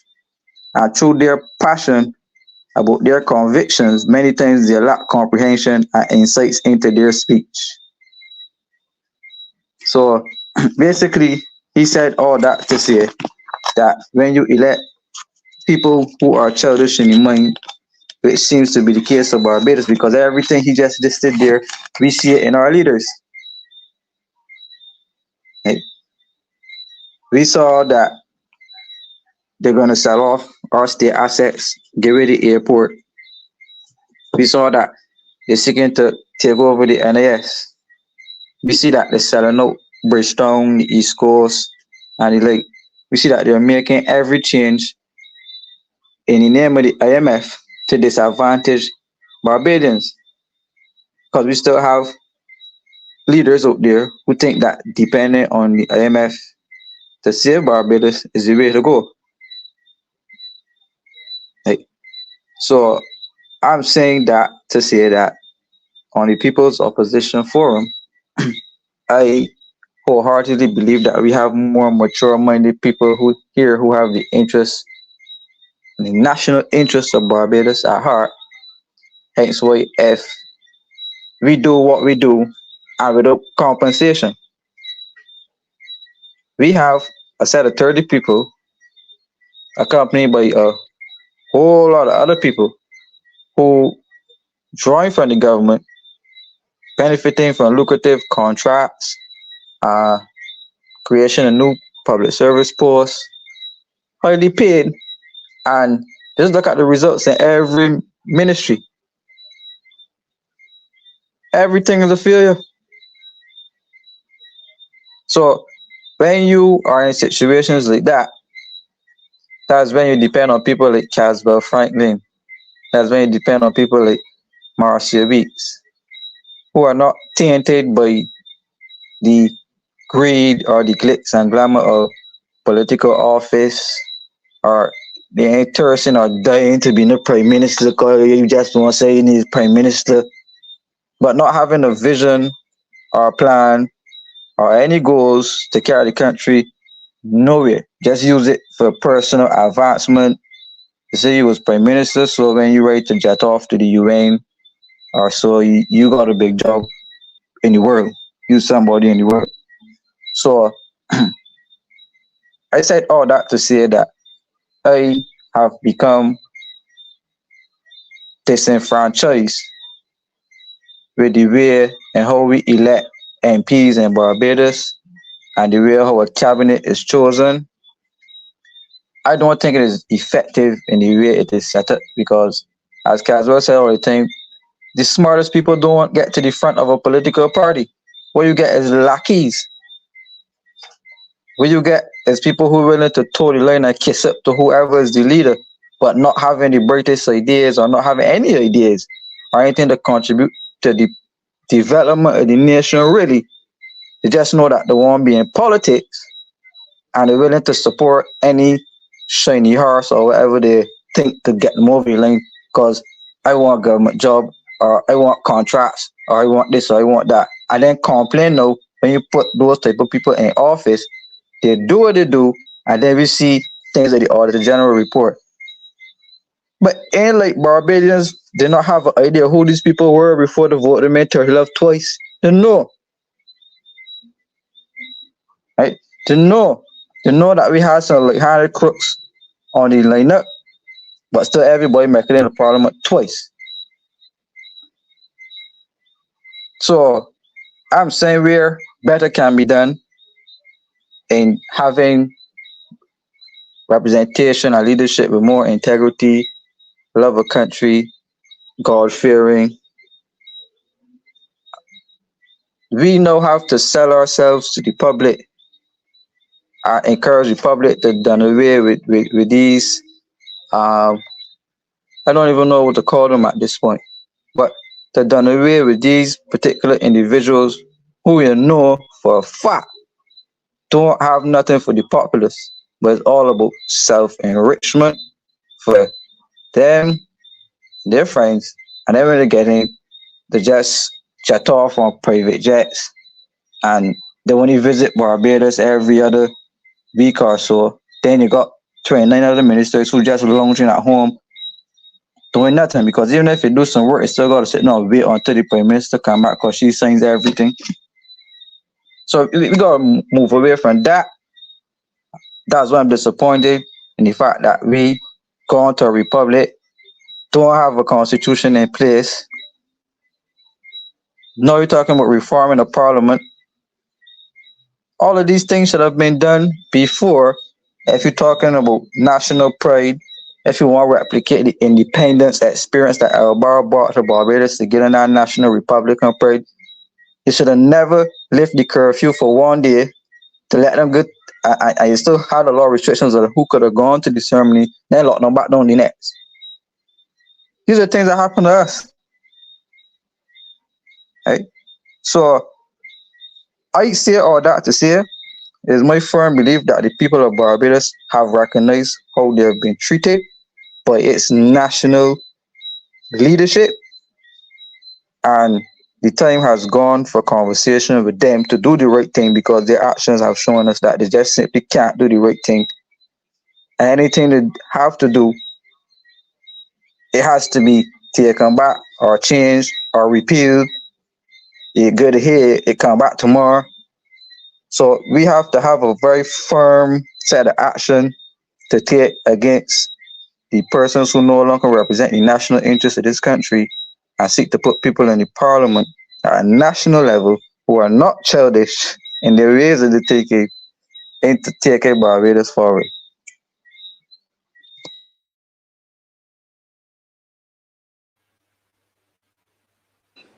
We are not hearing you, Heather. Oh, sorry. I'm not muted. Yeah, we're hearing you now. Go ahead. Oh, Heather, okay. What do you perceive are some of the changes that must happen, or what can we do besides marching to get the things that we need for Barbados to run properly? What else can we do? Well, first, this is where supporting organizations like Caswell's Union, which still have a high level of independence.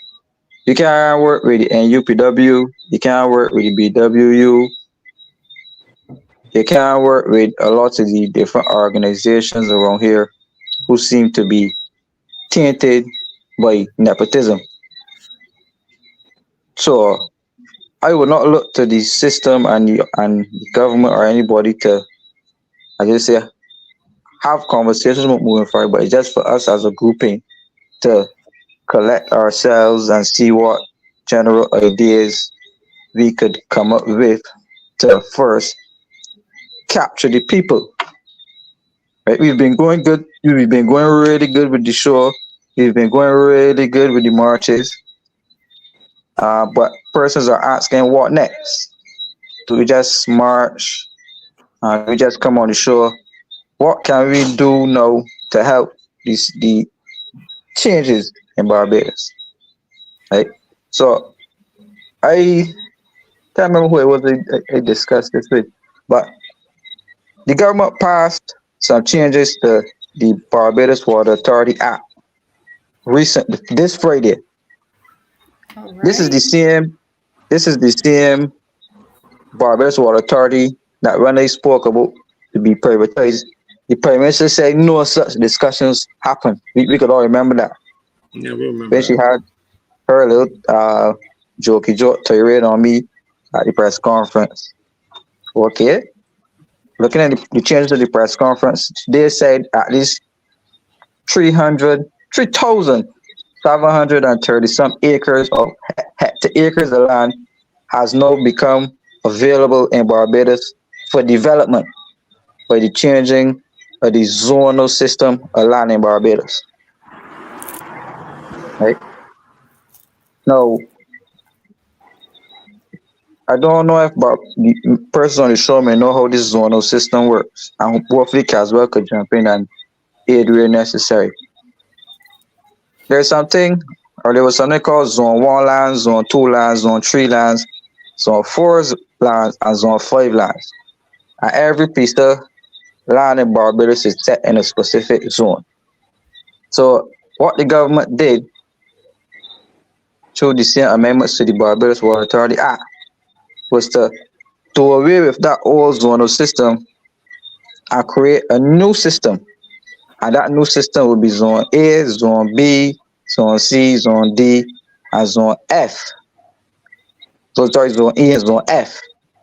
And in this new Zone A, a lot of lands that were traditionally under that Zone 1 category were automatically left out of this new zonal category.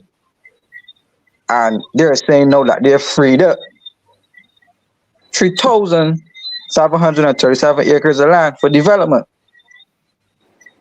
But does that make sense? I will But tell you what it has done. It has made sure that we will be drinking a lot of the feces that we flush.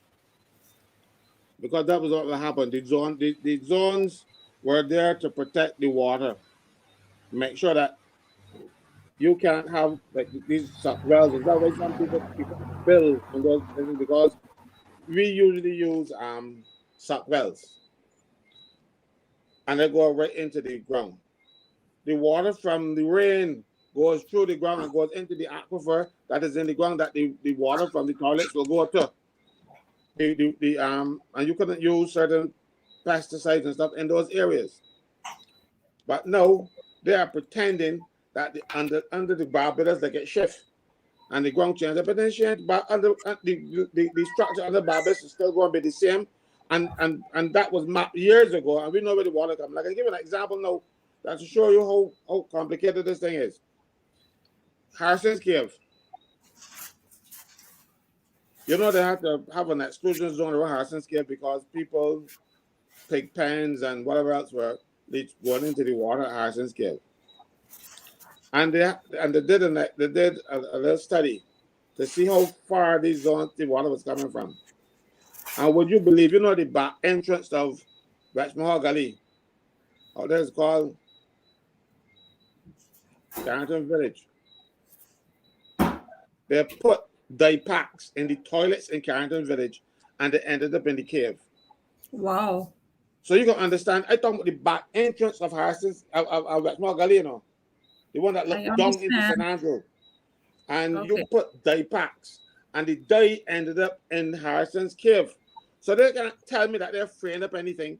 They just want to give their friends land to develop at the expense of our health in this country. That is all that it is. I challenge any of them. I don't care, because the underground system in change, so the water can still travel with accustomed traveling, and if you mix it in with the pesticides and you build houses. Now, if you're going to build houses in that area, you have to have a sewage system to make sure that that's not getting, because even like Mount Stinkeroo, the dump in St. Thomas, they call it Mount Stinkeroo. David Simmons gave it that name. And you see it on maps now, and they got it at Mount Stinkeroo. I can't believe it. Yeah, I remember joining the campaign. David Simmons called it Mount Stinkeroo.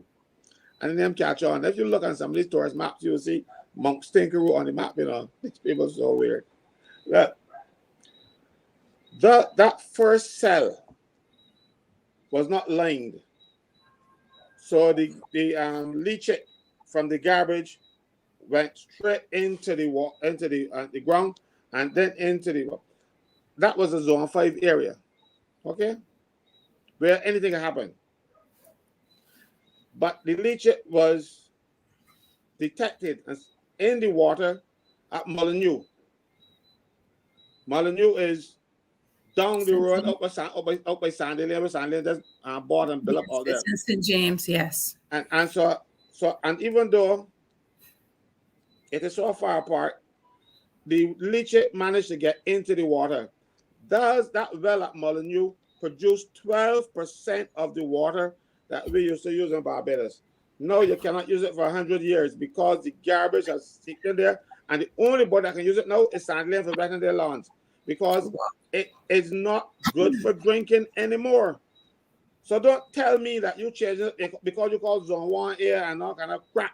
These people are poisoning us. They would kill us to get land for the friends to develop, because that's what's going to happen, you know.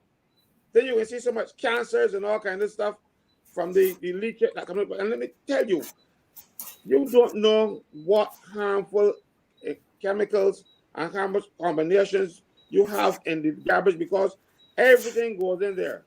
And then they mix it together, and then you're going to drink it, because you might put chlorine in the water. The chlorine is not going to kill everything. And you're going to end up drinking that water. Unless we can start using all desalinated water and make Busy richer, you can't do what they're proposing. Yeah. So, they are going to put off half the people. That is why people in the bell cannot get permission to build, even though it has some squatters, because they were sitting right on top of the aquifer that produced a lot of water. And chlorine will only kill certain things. It will not kill those cancer-causing agents that is derived from all of that leachate. Because, look, you got garbage that comes from the hospital, from the doctor's clinics, from the abattoirs, people's backyard, you name it. Dump in one place. Chicken guts, pig guts, everything. One place you dump it. That seep into the water. And you had to stop using the water, because the people who were pumping the water at Molyneux could smell the leachate in the water, and that's why they stopped pumping there. I challenge anybody in Barbados to deny that. That is the truth. They do not pump from Molyneux anymore because the water is unsafe for human consumption. And that was from the garbage in a Zone 5 area that found its way into a Zone 1 area.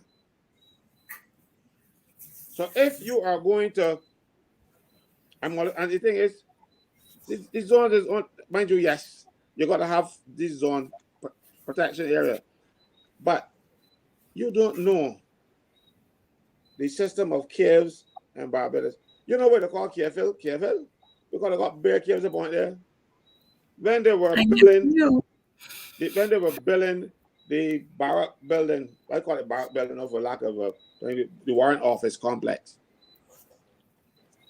When they were digging up the foundation, a backhoe dropped 40 feet into a cave. All under there, caves connected, God, no cave, DC. They don't know the structure, the underground structure. They haven't mapped it sufficiently enough that they can tell me that what they're doing is going to be safe. And you're freeing up more areas for development. You're freeing up more areas for your friends to make money. But you're going to poison the people in Barbados with nasty water. Okay, I see. When I heard that, you don't know how angry that made me feel, because I remember when Mount Stinkeroo started. You know, that was the days when you had 24-3. Barbados, the Democratic Party had 24 seats, the Barbados Party had 3. And they had to find another place to dump the garbage, because like Kingsland was overflowing and it was causing a lot of problems up there. And the DLP was in power. Tom Adams had started to develop Mangrove Pond. And then when he realized the problems, he abandoned it. But then the new government came in '86, and they couldn't afford to put a dump in any of their constituencies. So it either had to be in St. Peter, Christchurch West, or St. Thomas. So they put it in St. Thomas, and that garbage in St. Thomas have poisoned off 12% of the water, and they won't poison off more. And the thing is, you don't know what is in that water when you're drinking it. It can taste good, it can smell good. But then you go into the doctor, and you got pain here, pain there, everywhere. You don't know where it's coming from. It's coming from the water. I know they want to recreate what happened at Mount Stinkeroo throughout the country. Oh Lord! Wow. Well, did they identify where these 373 hectares would be? Well, yeah, it will currently called the physical development plan. But I got to explain some more on that area, because okay, go ahead. This land, they're saying it came from, the land was freed up from these old Zone 1 areas, which is areas which were prone for water production. That was Zone 1. So they said that they would make Zone A now, which is the old Zone 1, much smaller than the original Zone 1. And so I would suspect that these lands will either be beach lands, the surrounding beach lands, and then when you go in the countryside, properties that have wells, private wells on them, and flowing natural streams, because they have a clause in the legislation which says that if you have a private well on your property, you can't pump the water. That you have to apply for a permit to pump your own water from your own well. And the government has privatized, well, I use that word loose, but privatized all wells in Barbados. Even if it's on your property, the government told you that you cannot draw water from your own well. And they say that within all the waterways, any living or streaming flow water, that they could prohibit, restrict, deny access to the public to use any of these free waterways, which means that the continued closing down of standpipes will happen. These streams that the Rastas like to go to Pori Spring and potholes and all these natural streams, the government will not restrict them. But the challenge with that is that the government has been extracting water and not giving it to Barbados. They've been selling the water to international sources, to cruise ships, exporting the water. So when they lock off these streams, they are going to seek to bottle that water and sell it overseas to earn foreign exchange to help pay back the bills that we got to pay back in US money. Because it's more profitable to the government to sell water internationally than to sell it to Barbadians.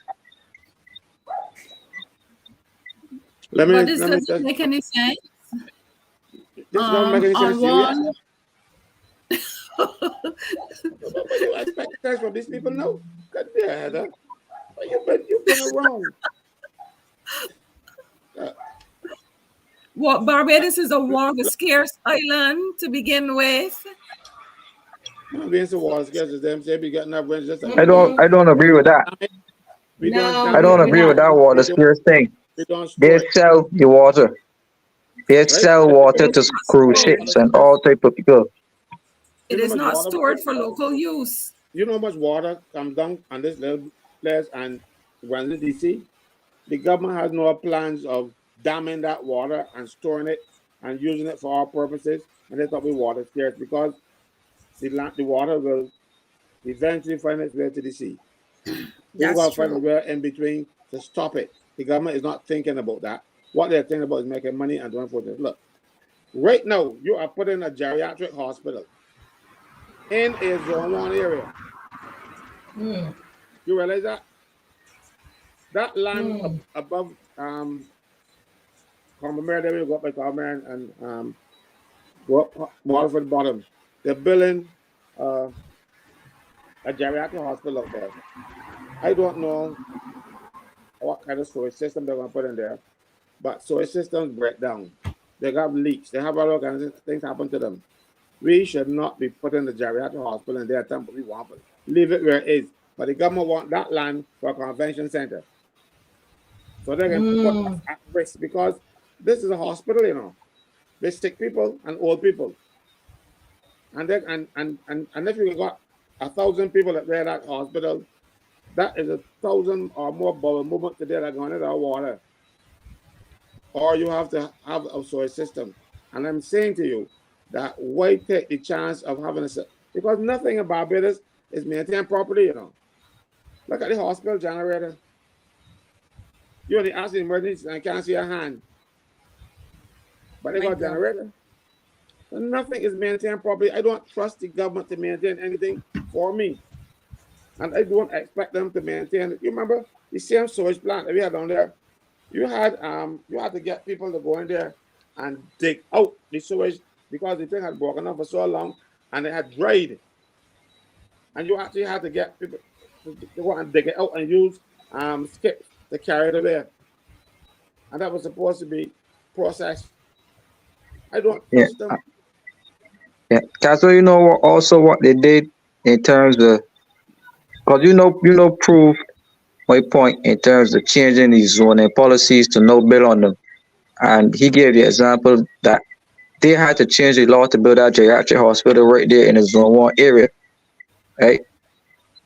What they did was to put a clause in that Barbados Water Authority Amendment Act to say that these amendments have administration in relation to the Ministry of Planning and Development. Remember, that's the old town planning. So responsibility for town planning is in the Prime Minister's office. But Tugade is the senior minister in that office. But the Prime Minister is the overarching minister for planning and development. So they're saying that these freed up lands will now come under the auspices of the Planning and Development Department. But when it was included in the zonal process, the town and county planning did not have the power to rule on those lands. So the movement and the insertion of that clause, which now puts the minister responsible for planning and development, now has access to 3,737 hectare acres to make quote-unquote investment decisions in terms of planning permissions for what XYZ of it.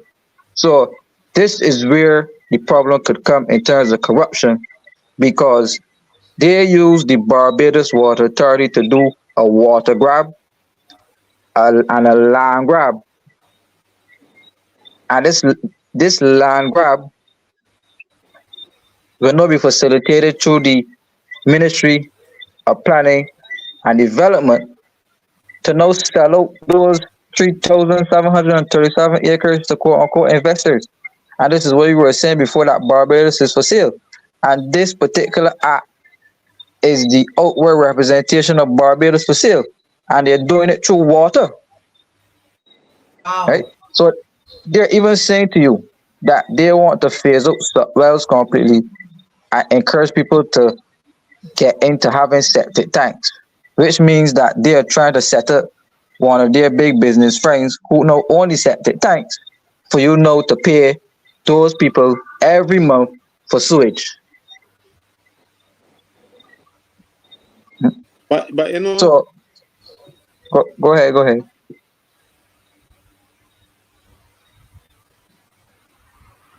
Okay, we're not hearing Caswell. Caswell, are you hearing him? We can't hear you, Caswell. We can't hear you. We can't hear you. But his mic is on, so something is wrong. Yeah, something is on.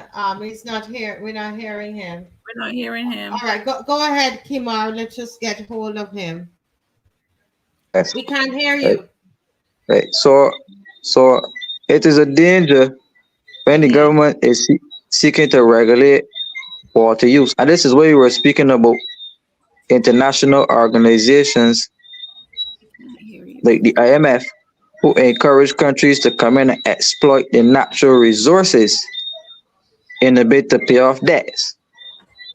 So where we should have been protecting our zonal lands, our lands are now being rejigged and re-rigged via abuses of office, really. Because look at it. Satya Bradshaw is the acting prime minister. She's also the minister responsible for water works.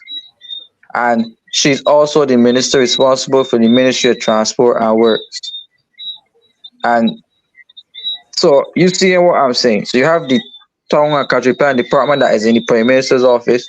And now we have an acting Prime Minister who is the Minister for Water Resources and also MTW.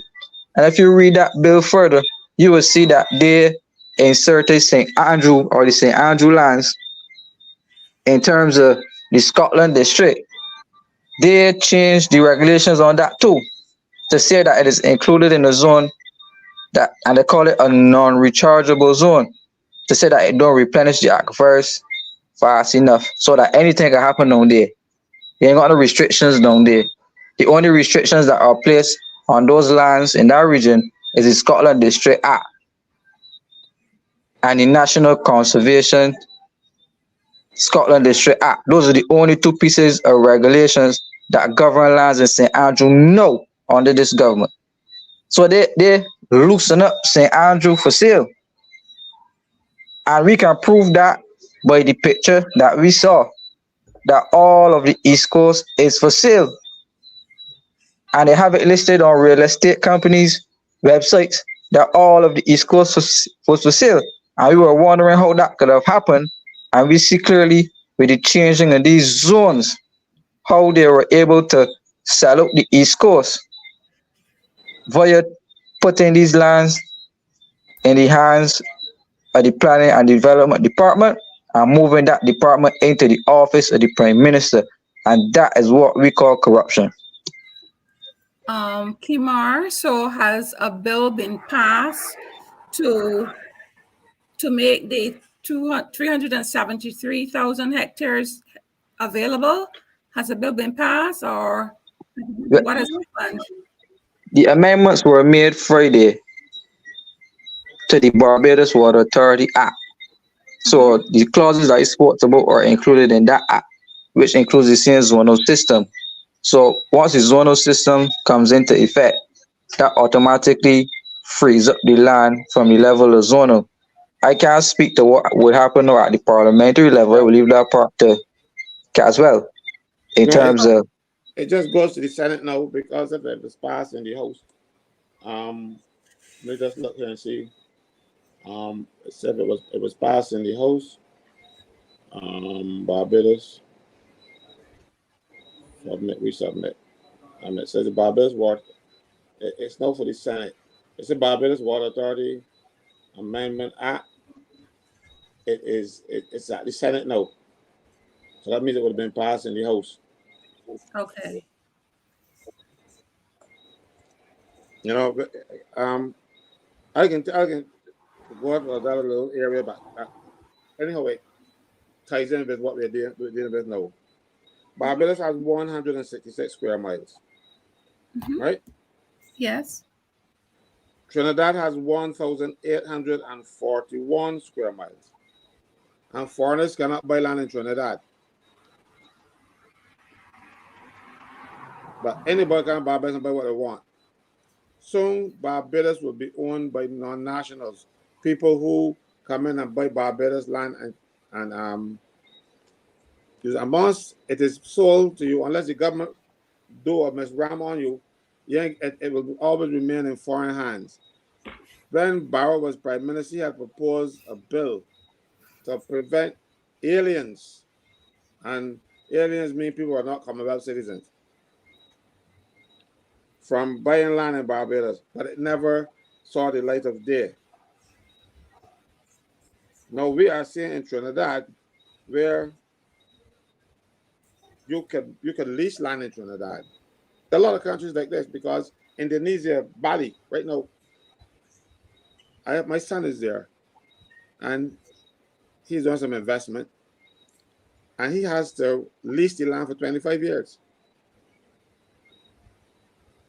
But no, Barbados selling, giving away, bribing everybody the Barbados land. Yeah, but Kaza, remember this started with Onafa. This salute started with Onafa in 1994. The highest economic value. Yes, he brought a piece of legislation. This legislation was given to David Thompson as Minister of Finance when he then won the government in 86. When David Thompson became it, this legislation was on the table. He did not sign it.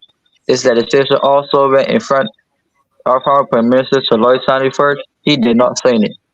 When Onafa came into power, Onafa signed the ADB investment sector bill for about $34 million, chump change, which changed up the same zone of policies or whatever to the same tongue and country planning. It's the same thing they're doing all over again, which allowed all of these big hotels and everything to come in, all of the big golf courses, and you see down in the north, all of those are prime agricultural lands, which the IADB encouraged ONAFA to take up and to give tongue and country planning permission to build all these high-level, multi-story houses in Barbados, these multi-million-dollar houses. And that is what was responsible for the Drover hotels and the Drover multi-million-dollar houses in Barbados. And that's how a lot of persons migrated, wealthy people migrated into Barbados through that same piece of legislation. And like I said before, that legislation cut the spirit of the Tenantry Freehold Purchase Act. And today, they're using that same tactic again, but changing those zonal policies to free up more lands. And they're seeking to do exactly what ONAFA did to sell out Barbados again to the wealthy. Now, when you talk about golf courses, right? Golf courses are some of the biggest polluters anywhere in the world. Because you see how pretty those golf courses are? What they got these greens. Something has to keep that land green. It's not only water, it is the chemicals, a lot of nitrates. And those nitrates get into the water supply. And not only that, but they get into the water that goes into the sea, kill off the reef, kill the chubs, and I love chubs, you know? So when people talk about our reefs are dying, they're dying from the chemicals, the fertilizers that we put on the golf courses and in some of the plantations as well. Because we now prefer to use these petroleum-based fertilizers as opposed to the old manure system that we used to use before. And that is also poisonous. So when you see the rise in cancers, it is a result of what we drink. When you see the reefs are dying, that there are two reasons for that. There are cruise ships anchoring out there and nitrates in the water. So Barbados just now will be a shell what it used to be with enough high rated and pretty golf courses and poison people. Simar just told me those one second. There is an echo. Oh, everybody, it's on everybody. Is anybody have the show on?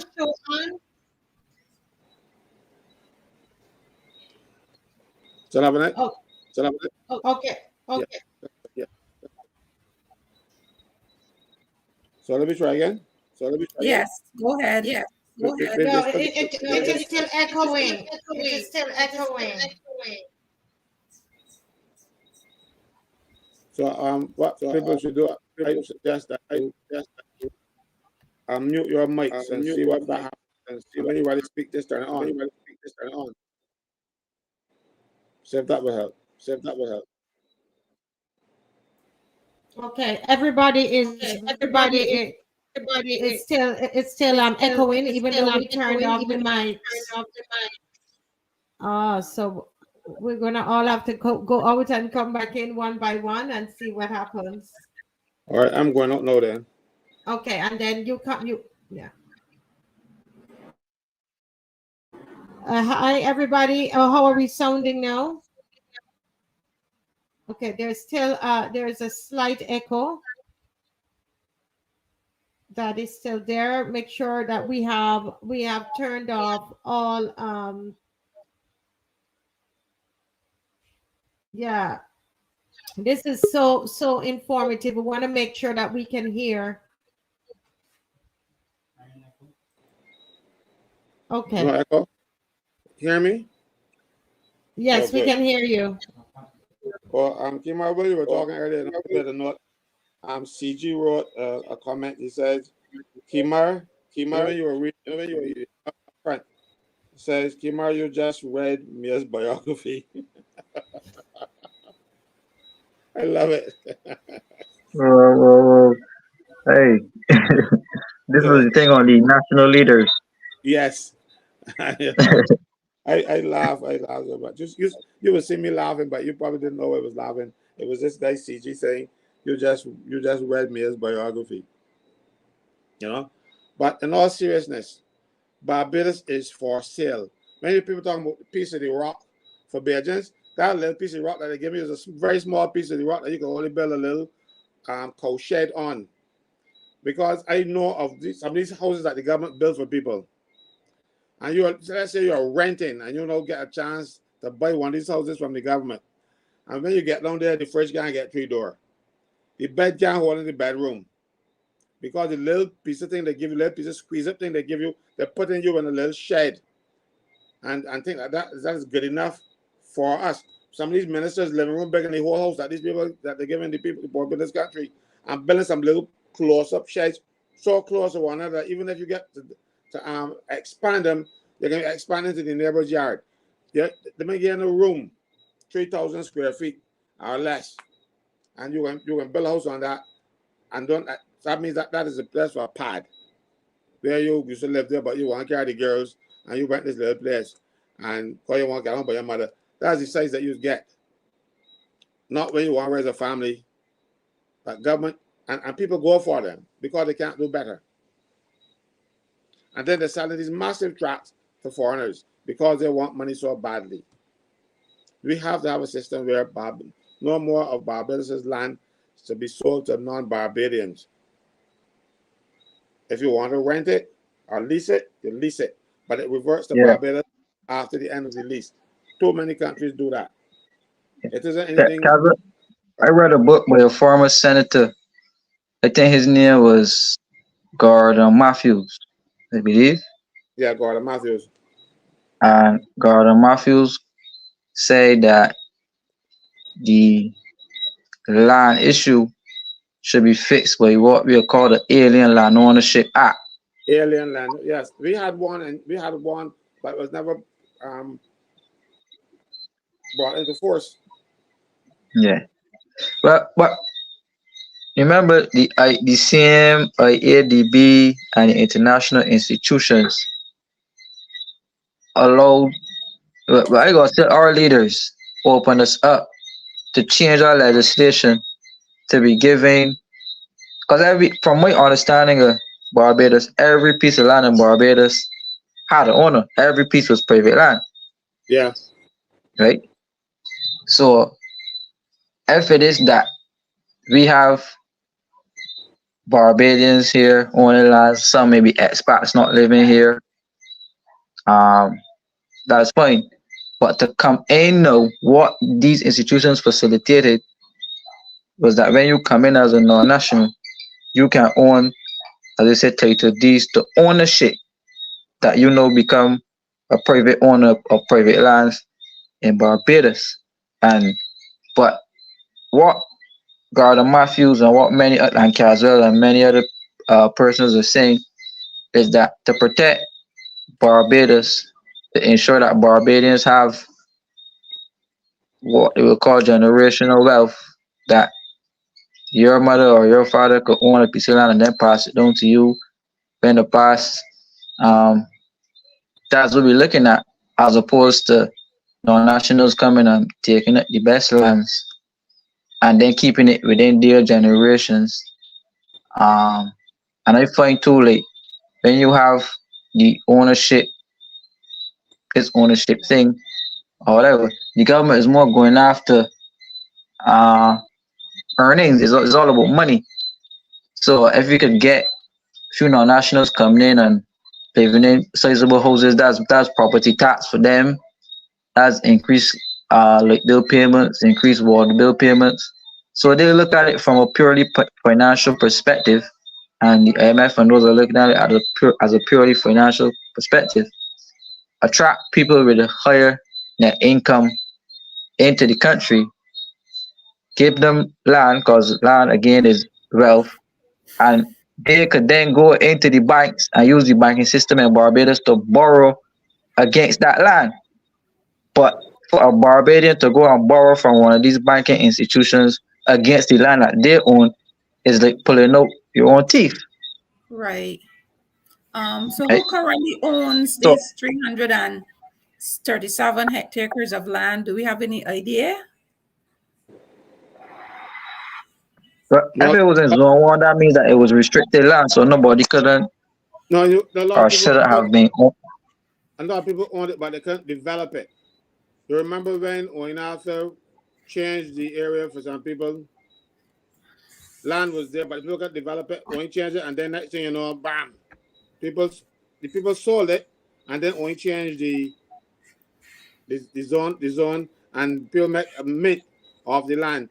But if they had hold on for a little bit longer, a few more weeks, they would have been millionaires. But when Oin friends bought the land, I see. and then Oin changed the zone, and those people had prime land then. So this will happen again. It is no practice. It is what they do. Right? I see. I am not one of those people who can get up and talk about how great Oin after was. He wasn't. And I don't, people say I shouldn't speak ill of the dead. I'm not speaking ill of the dead, I'm just reporting what they did. You know, and he was one of the people who helped sell out Barbados. He gave away our national bank to Trinidad and make it public, because when he did that, he sold the assets, not the liabilities. So you bought something that had no liabilities to it, so you can make money, man. He took the liabilities in another vehicle, and I don't know what they did with them, but the Trinidad people that bought the Republic National Bank didn't have those liabilities. The National Bank had a lot of the sugar industry loans and all kind of stuff. They weren't on the books anymore. So he's not as great as a lot of people on the books saying he was. He was he like a lot of money, just like me. It is just that he had a bit more common sense, and he put down something for a rainy day. She spent as fast as she can get it. She's like a drunken sailor. You know, good night to everybody again. Someone was asking, saying here that CG says each show a new atrocity is highlighted, but how do we get these things stopped or repealed? Because we're hearing that it was passed in Parliament on Friday, right? It was passed in Parliament on Friday. It's now on the way to the Senate, and we're just really understanding it. I don't think there's only 369 of us on here. Most of the people in Barbados, they have no clue about what is happening and what it means when they are making these changes. So what can be done at this time? Yeah. Martha, I want to highlight something more, as you said, more atrocious as to what this legislation will lead to. They changed the zones, which means that more people can be moving into areas, which means that they will not be making constituencies bigger. And there's a legal limit to the amount of people who can live in a constituency border. So therefore, they will have to change some of the borders to facilitate the changes in the zonal policies, which means gerrymandering. No, there's So no legal limit as such. What happens, the amount of people in Barbados, right? You divide it by 30, and so a constituency should be 10% either way. You know, you can have, so if you divide the electorate by the 30 constituencies, then you get an average. So it can be 10% above or 10% below the size of a constituency, which is a bunch of jokes anyhow, because the original thing, we represented parishes. But in order to find a way to remain in power, our Barrow, when he thought he was losing, he decided he can change it to a system of one representative per constituency, because you had two for each constituency. When they had 24 members, they had 11 parishes and the city of Bridgetown. So that had 2 members each, had 24 members.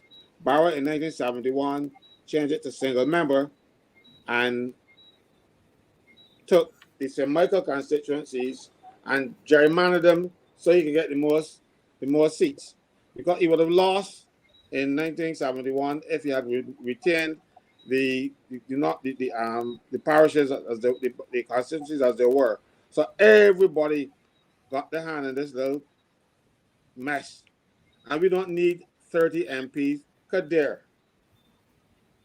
30 MPs for what? For a country size of Barbados? 24 was too many. But you gotta find a seat for somebody. I remember when Bree St. John lost his seat to Peanuts Morrison, they had to find a way to get Bree back in the house. And Barra, Bree's cousin, created Christchurch South and put all the BLP seats, BLP boxes in that seat for Bree to win. Our system is not an honest, forthright system. It is people taking care of each other. And if you want a fellow get a seat and you don't got enough seats, you change the boundaries. That is all about. Barbados need 4 seats or less. Because me say the cabinet should be 12 people, and I agree with her, it should even be less than 12. But not that she might get 26. But you know, they say, don't mind nigga many actions. You have to take care of each other. And the thing is, the parties take care of each other too. You know, remember I told you that Bree St. John lost his seat, and Barra changed the constituencies, and then all the boxes that used to work with Barbados Labour Party, Barra pulled aside and called them Christchurch South, and Bree ran for that and been big. Bree was his opponent, but Bree was one of the few honest politicians they said, and Barra thought that he should be in Parliament. And I see. So don't look at parties or nothing. So it is class in Barbados, not party, not even race. It is class. And if you are a class or lodge,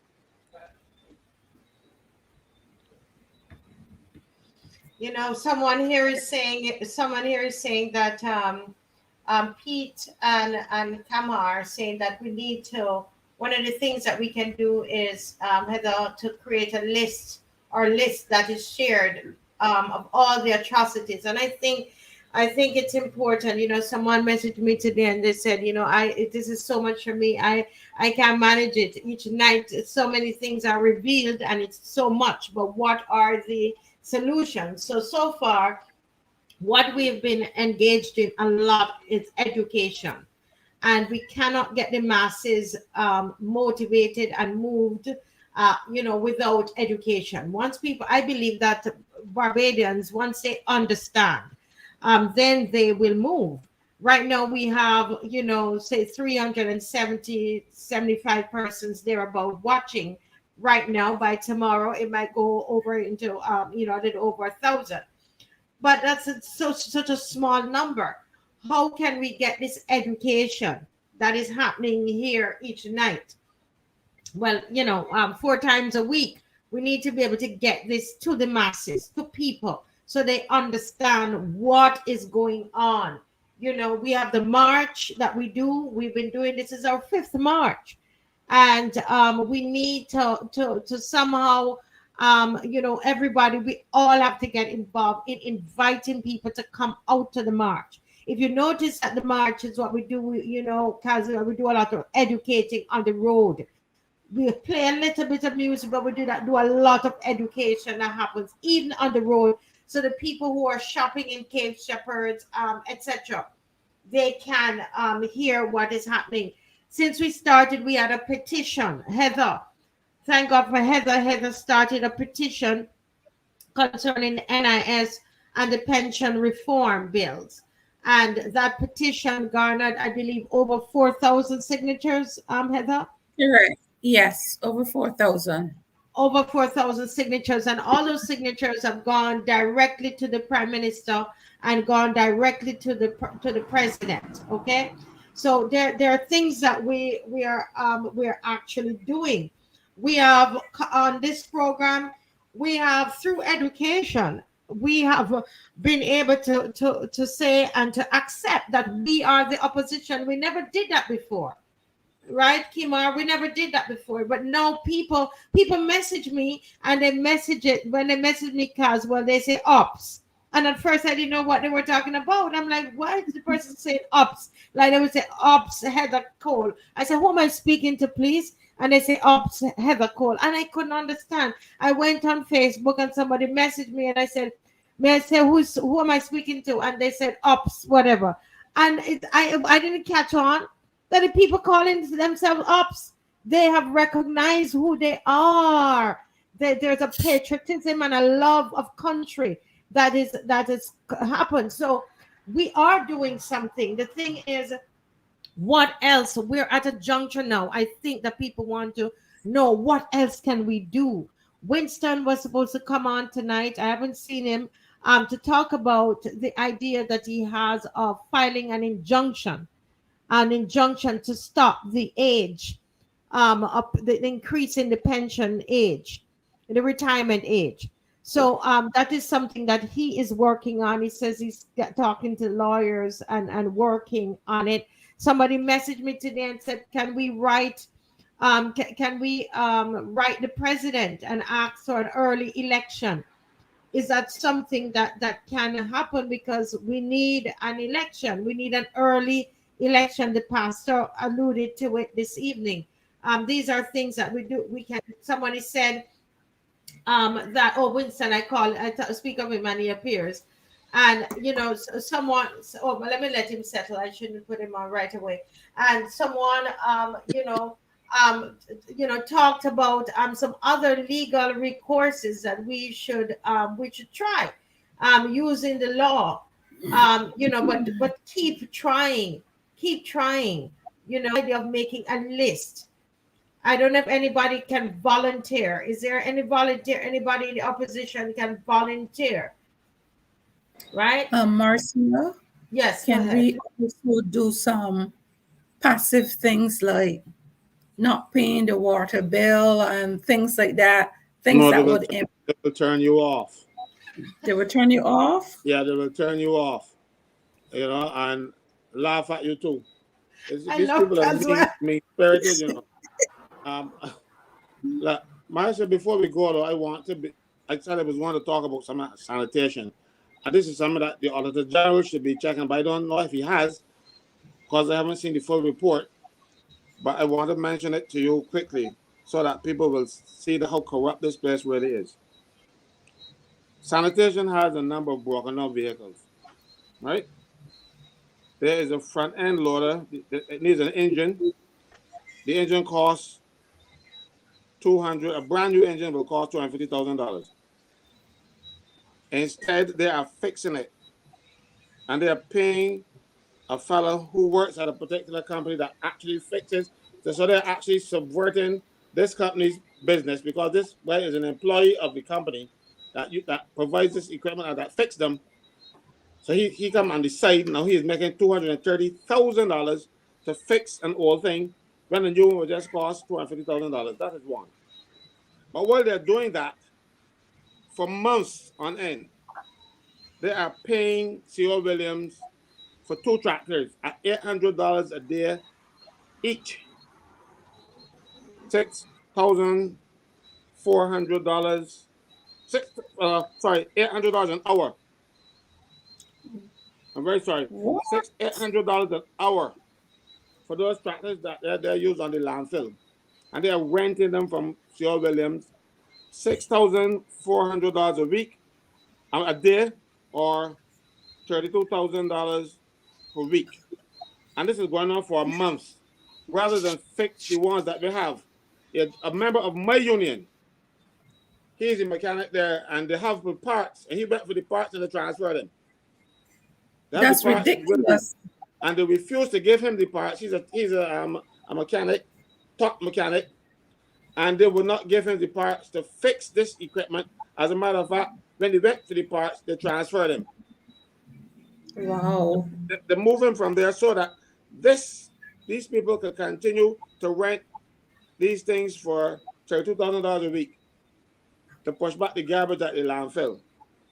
And while at the same time they're doing this, they're paying a person who works at the company that normally fixes the equipment for the sanitation. Like when you have more stuff that the people can handle, this company, Remco, and they're using a Remco employee on the side to fix it for $230,000. He ain't getting $230,000. You really feel they can pay $230,000? I don't believe so. But what should happen? Remco should fire him when they find out, because he is working for them and making secret profit behind their back. That's something they can be fired for.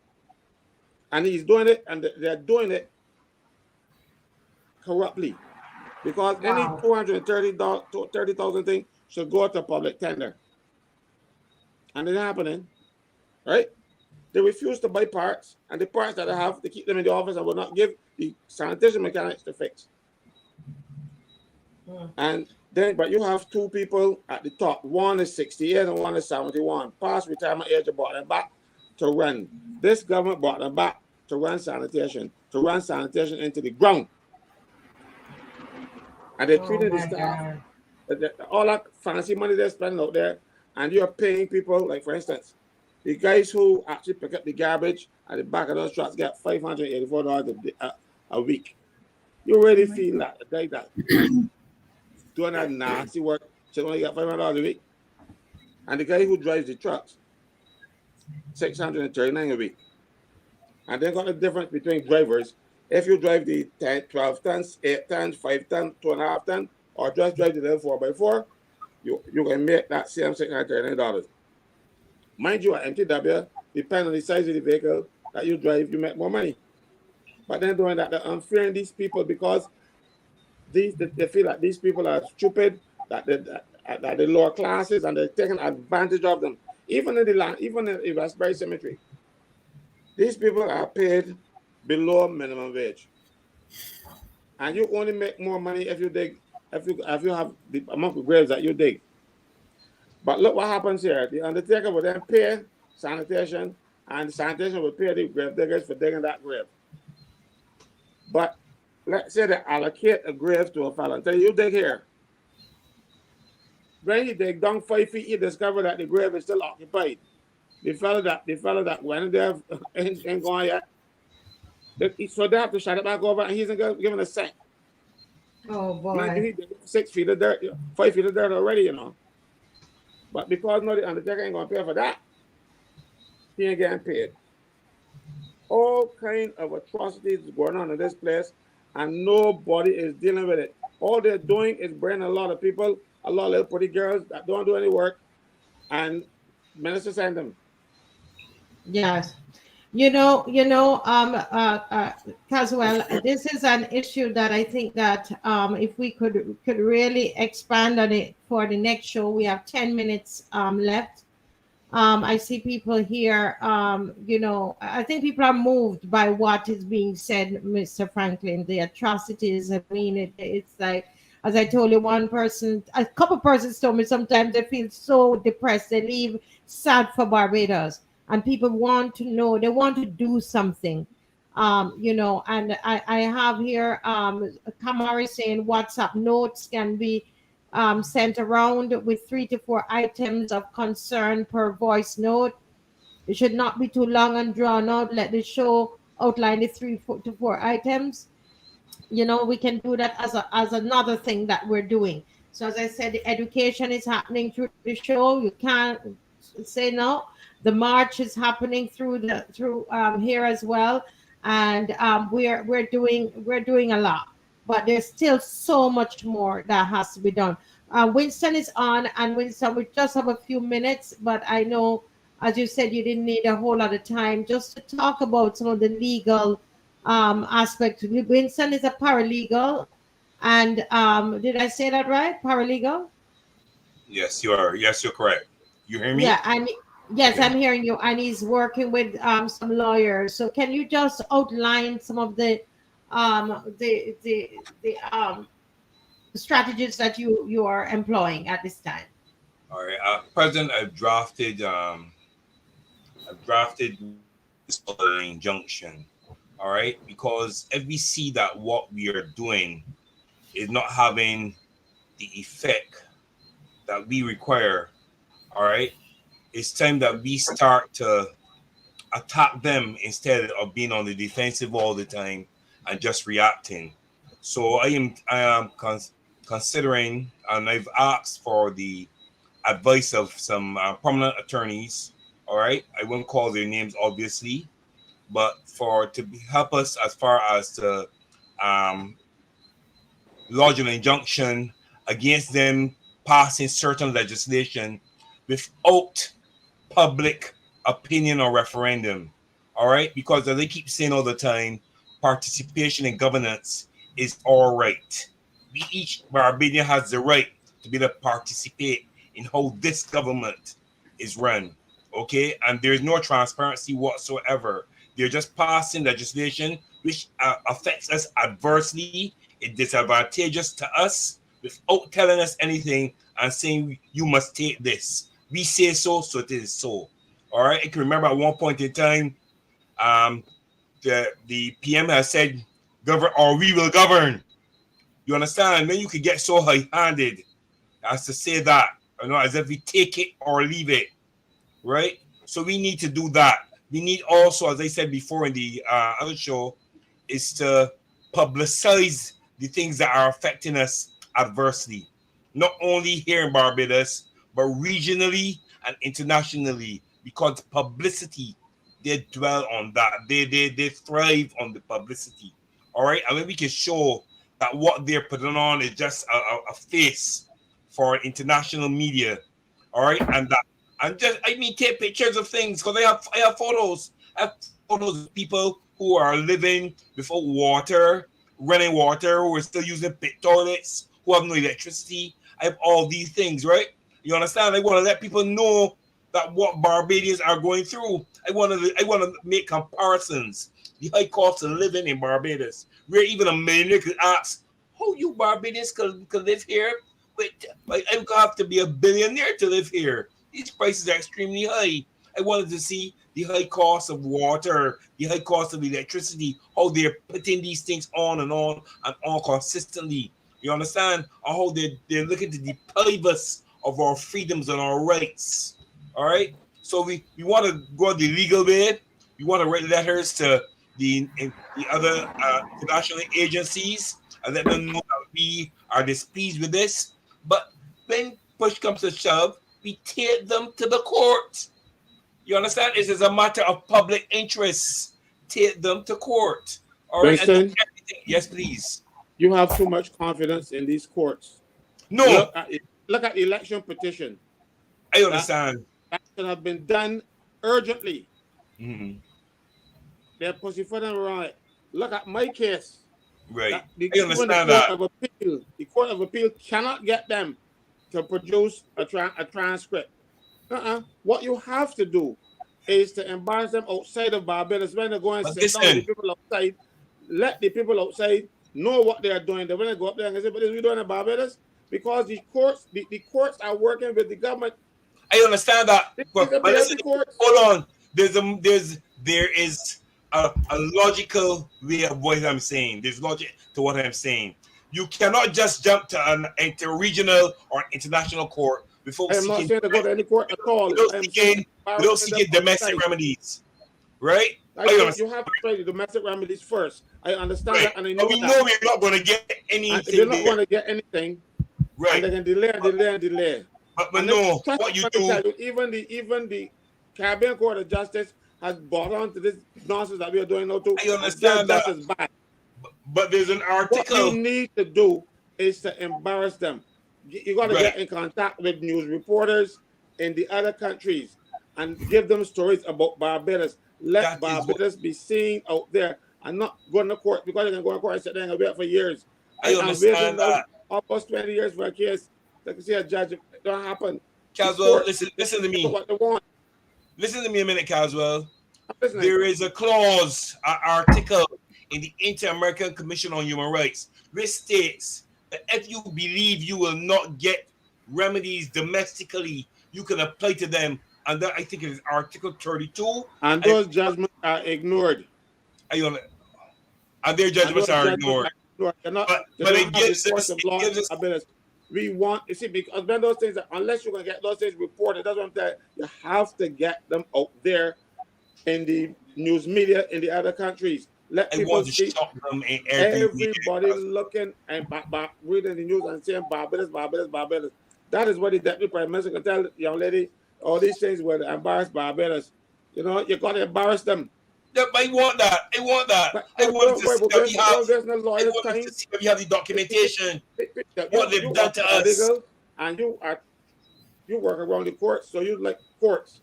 But trust me when I tell you, these courts are just as corrupt as the government. I know that. That's why ball them out. You need to get past these courts, put this government in a situation to go away. So these international meetings, the people say, "That's what we're doing in Barbados." You have to do that. Like for instance, I always tell trade unionists, stay out of court. But a lot of trade unionists like go to court because they know that the court can take their sweet time. Give an example. When the government took away the teachers' leave, the teachers union went to court rather than strike. If they're in strike, the government will turn it back the next day because they can't have all those children out there not going to school. But so you use the methods that you are trained to use. You know how to use the media. Use the media. Keep out the courts. You're not up there. You gotta get a lawyer to help you. I want the lawyers to help me no more. No, when I say that, I mean that I have already drafted it. I want to make sure I don't know. But listen to me, because I want to bombard them with every weapon in our arsenal. I want to put it in international media, regional media. I want to put it everywhere. I want to go court. That weapon that you got, that weapon for going to the court, non-compliant. The powder for that weapon is wet. We have to get other people, not the courts. The courts can shut you down. I have no confidence in the courts in Barbados. I understand what you're saying as well. I have seen too much atrocities. I understand what you're saying. There's no. Okay, guys, we are 1 minute away from 10 o'clock, based on my clock here.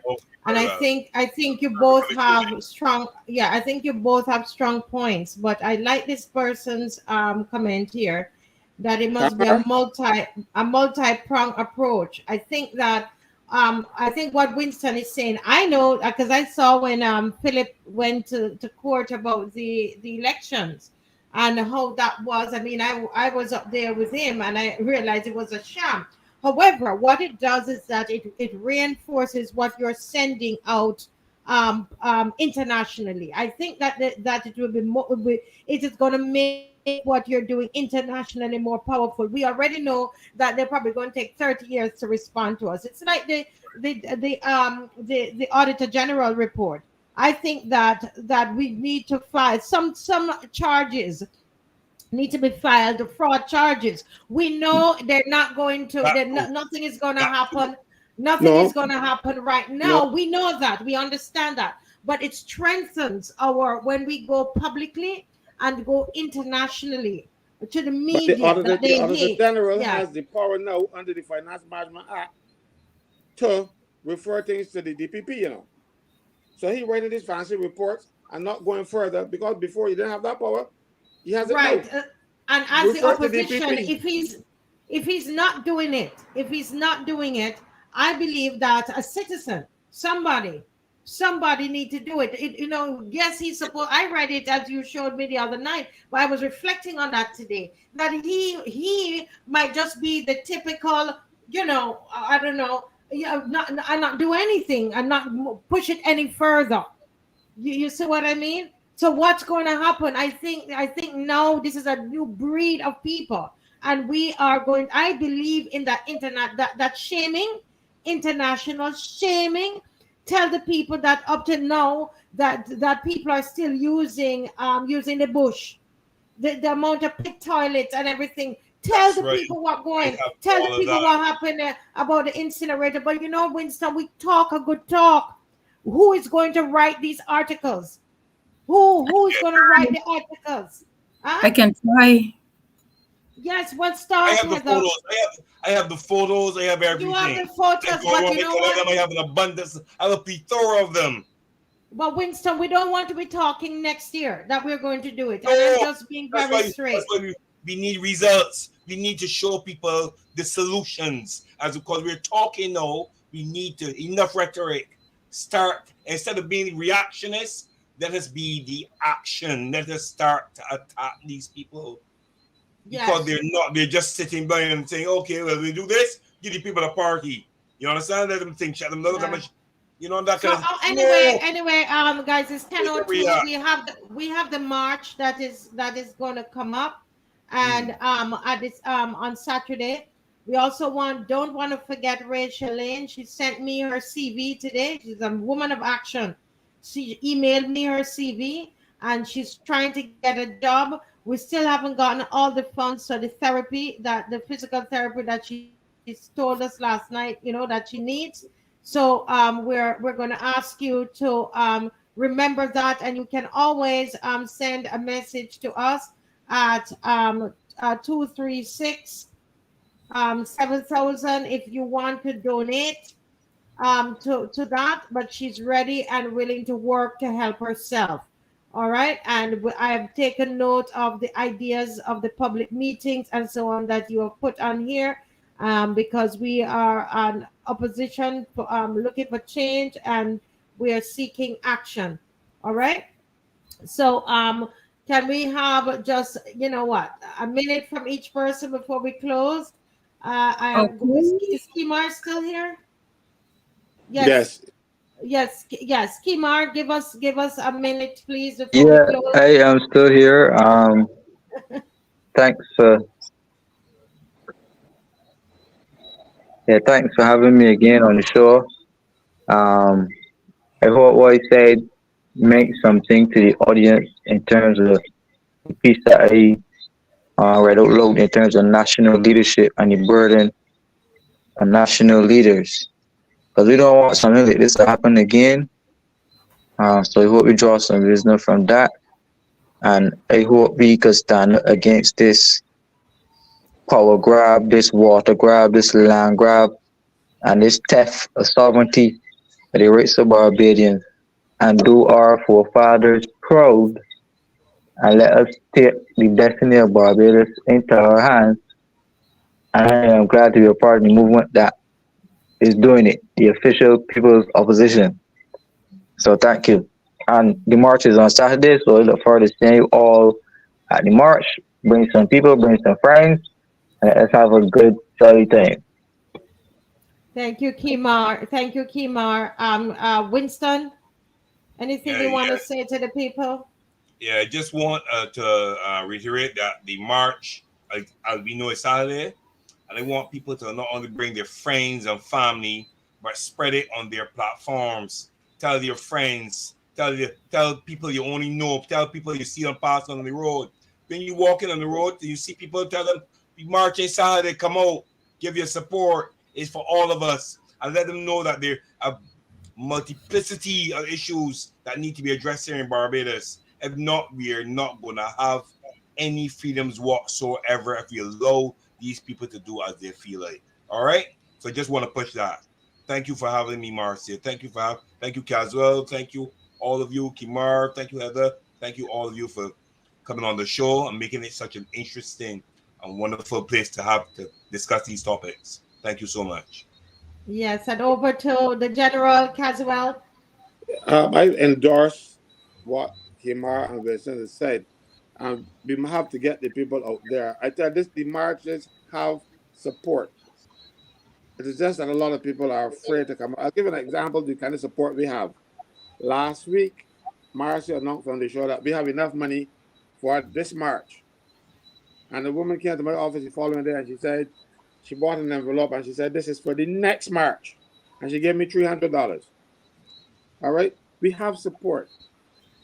It is out there. It's just that sometimes people are afraid. There is nothing to fear but fear itself. They can't beat you. They can't.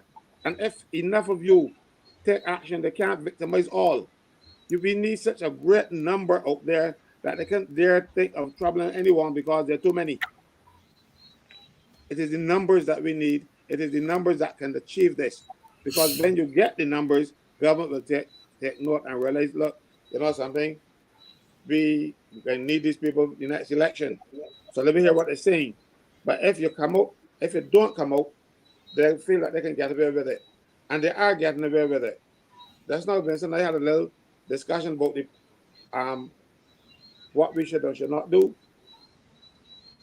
I honestly believe that I don't have any confidence in these courts. That anything the government wants delayed is delayed. You have to embarrass them internationally because the Prime Minister don't live here. So when she's overseas, wherever she's residing, and she has to go and stand up with these world leaders and world leaders say, this is what happened in Barbados, make she come home. Embarrass her to come home. And then fix the problems that she is creating. She's not getting that pushback. She's not getting it from her cabinet because all of them are afraid of her. I'm not going to say that everybody, including the Dems, because the last time I said that caused a lot of uproar. But I mean, almost everyone in Barbados is afraid of her. And I don't know why. We need to stand up for ourselves. Please, Barbados. Every night we come and we show you the corruption in this place. The Auditor General will show you even more. And you can just say, oh, it's me? Yeah, it's you, because corruption makes things more expensive for everybody. Yes. Thank you so much, Caswell and Heather. Thank you for doing an amazing job at hosting the show tonight. Awesome woman, awesome. And I know that there is somebody here, V Hoy. If you are V Hoy, please message us and see if we can connect with Heather.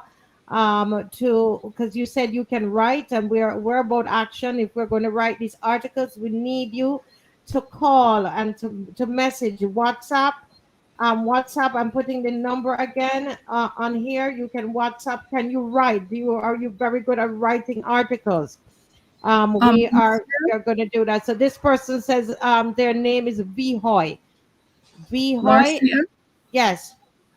I would like to thank the audience for attending, and I want people to be cognizant of the fact that there is always a motive behind everything government does.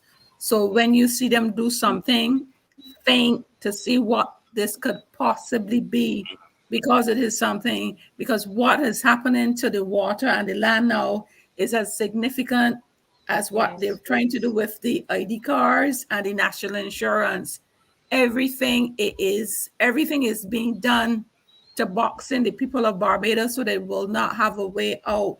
So We must be cognizant of everything they do and say. Don't trust them. If you did before, it is time to stop. That's all I have to say for tonight. Well, Good thank point. you so much. Thank Good you, point. guests. Awesome again. God bless you all. Thank you, thank you, thank you. Opposition, the ops, as they say. God bless you as we go. Bye-bye. Have a good night. Good night. Good night, Bye. everyone. Bye. Okay.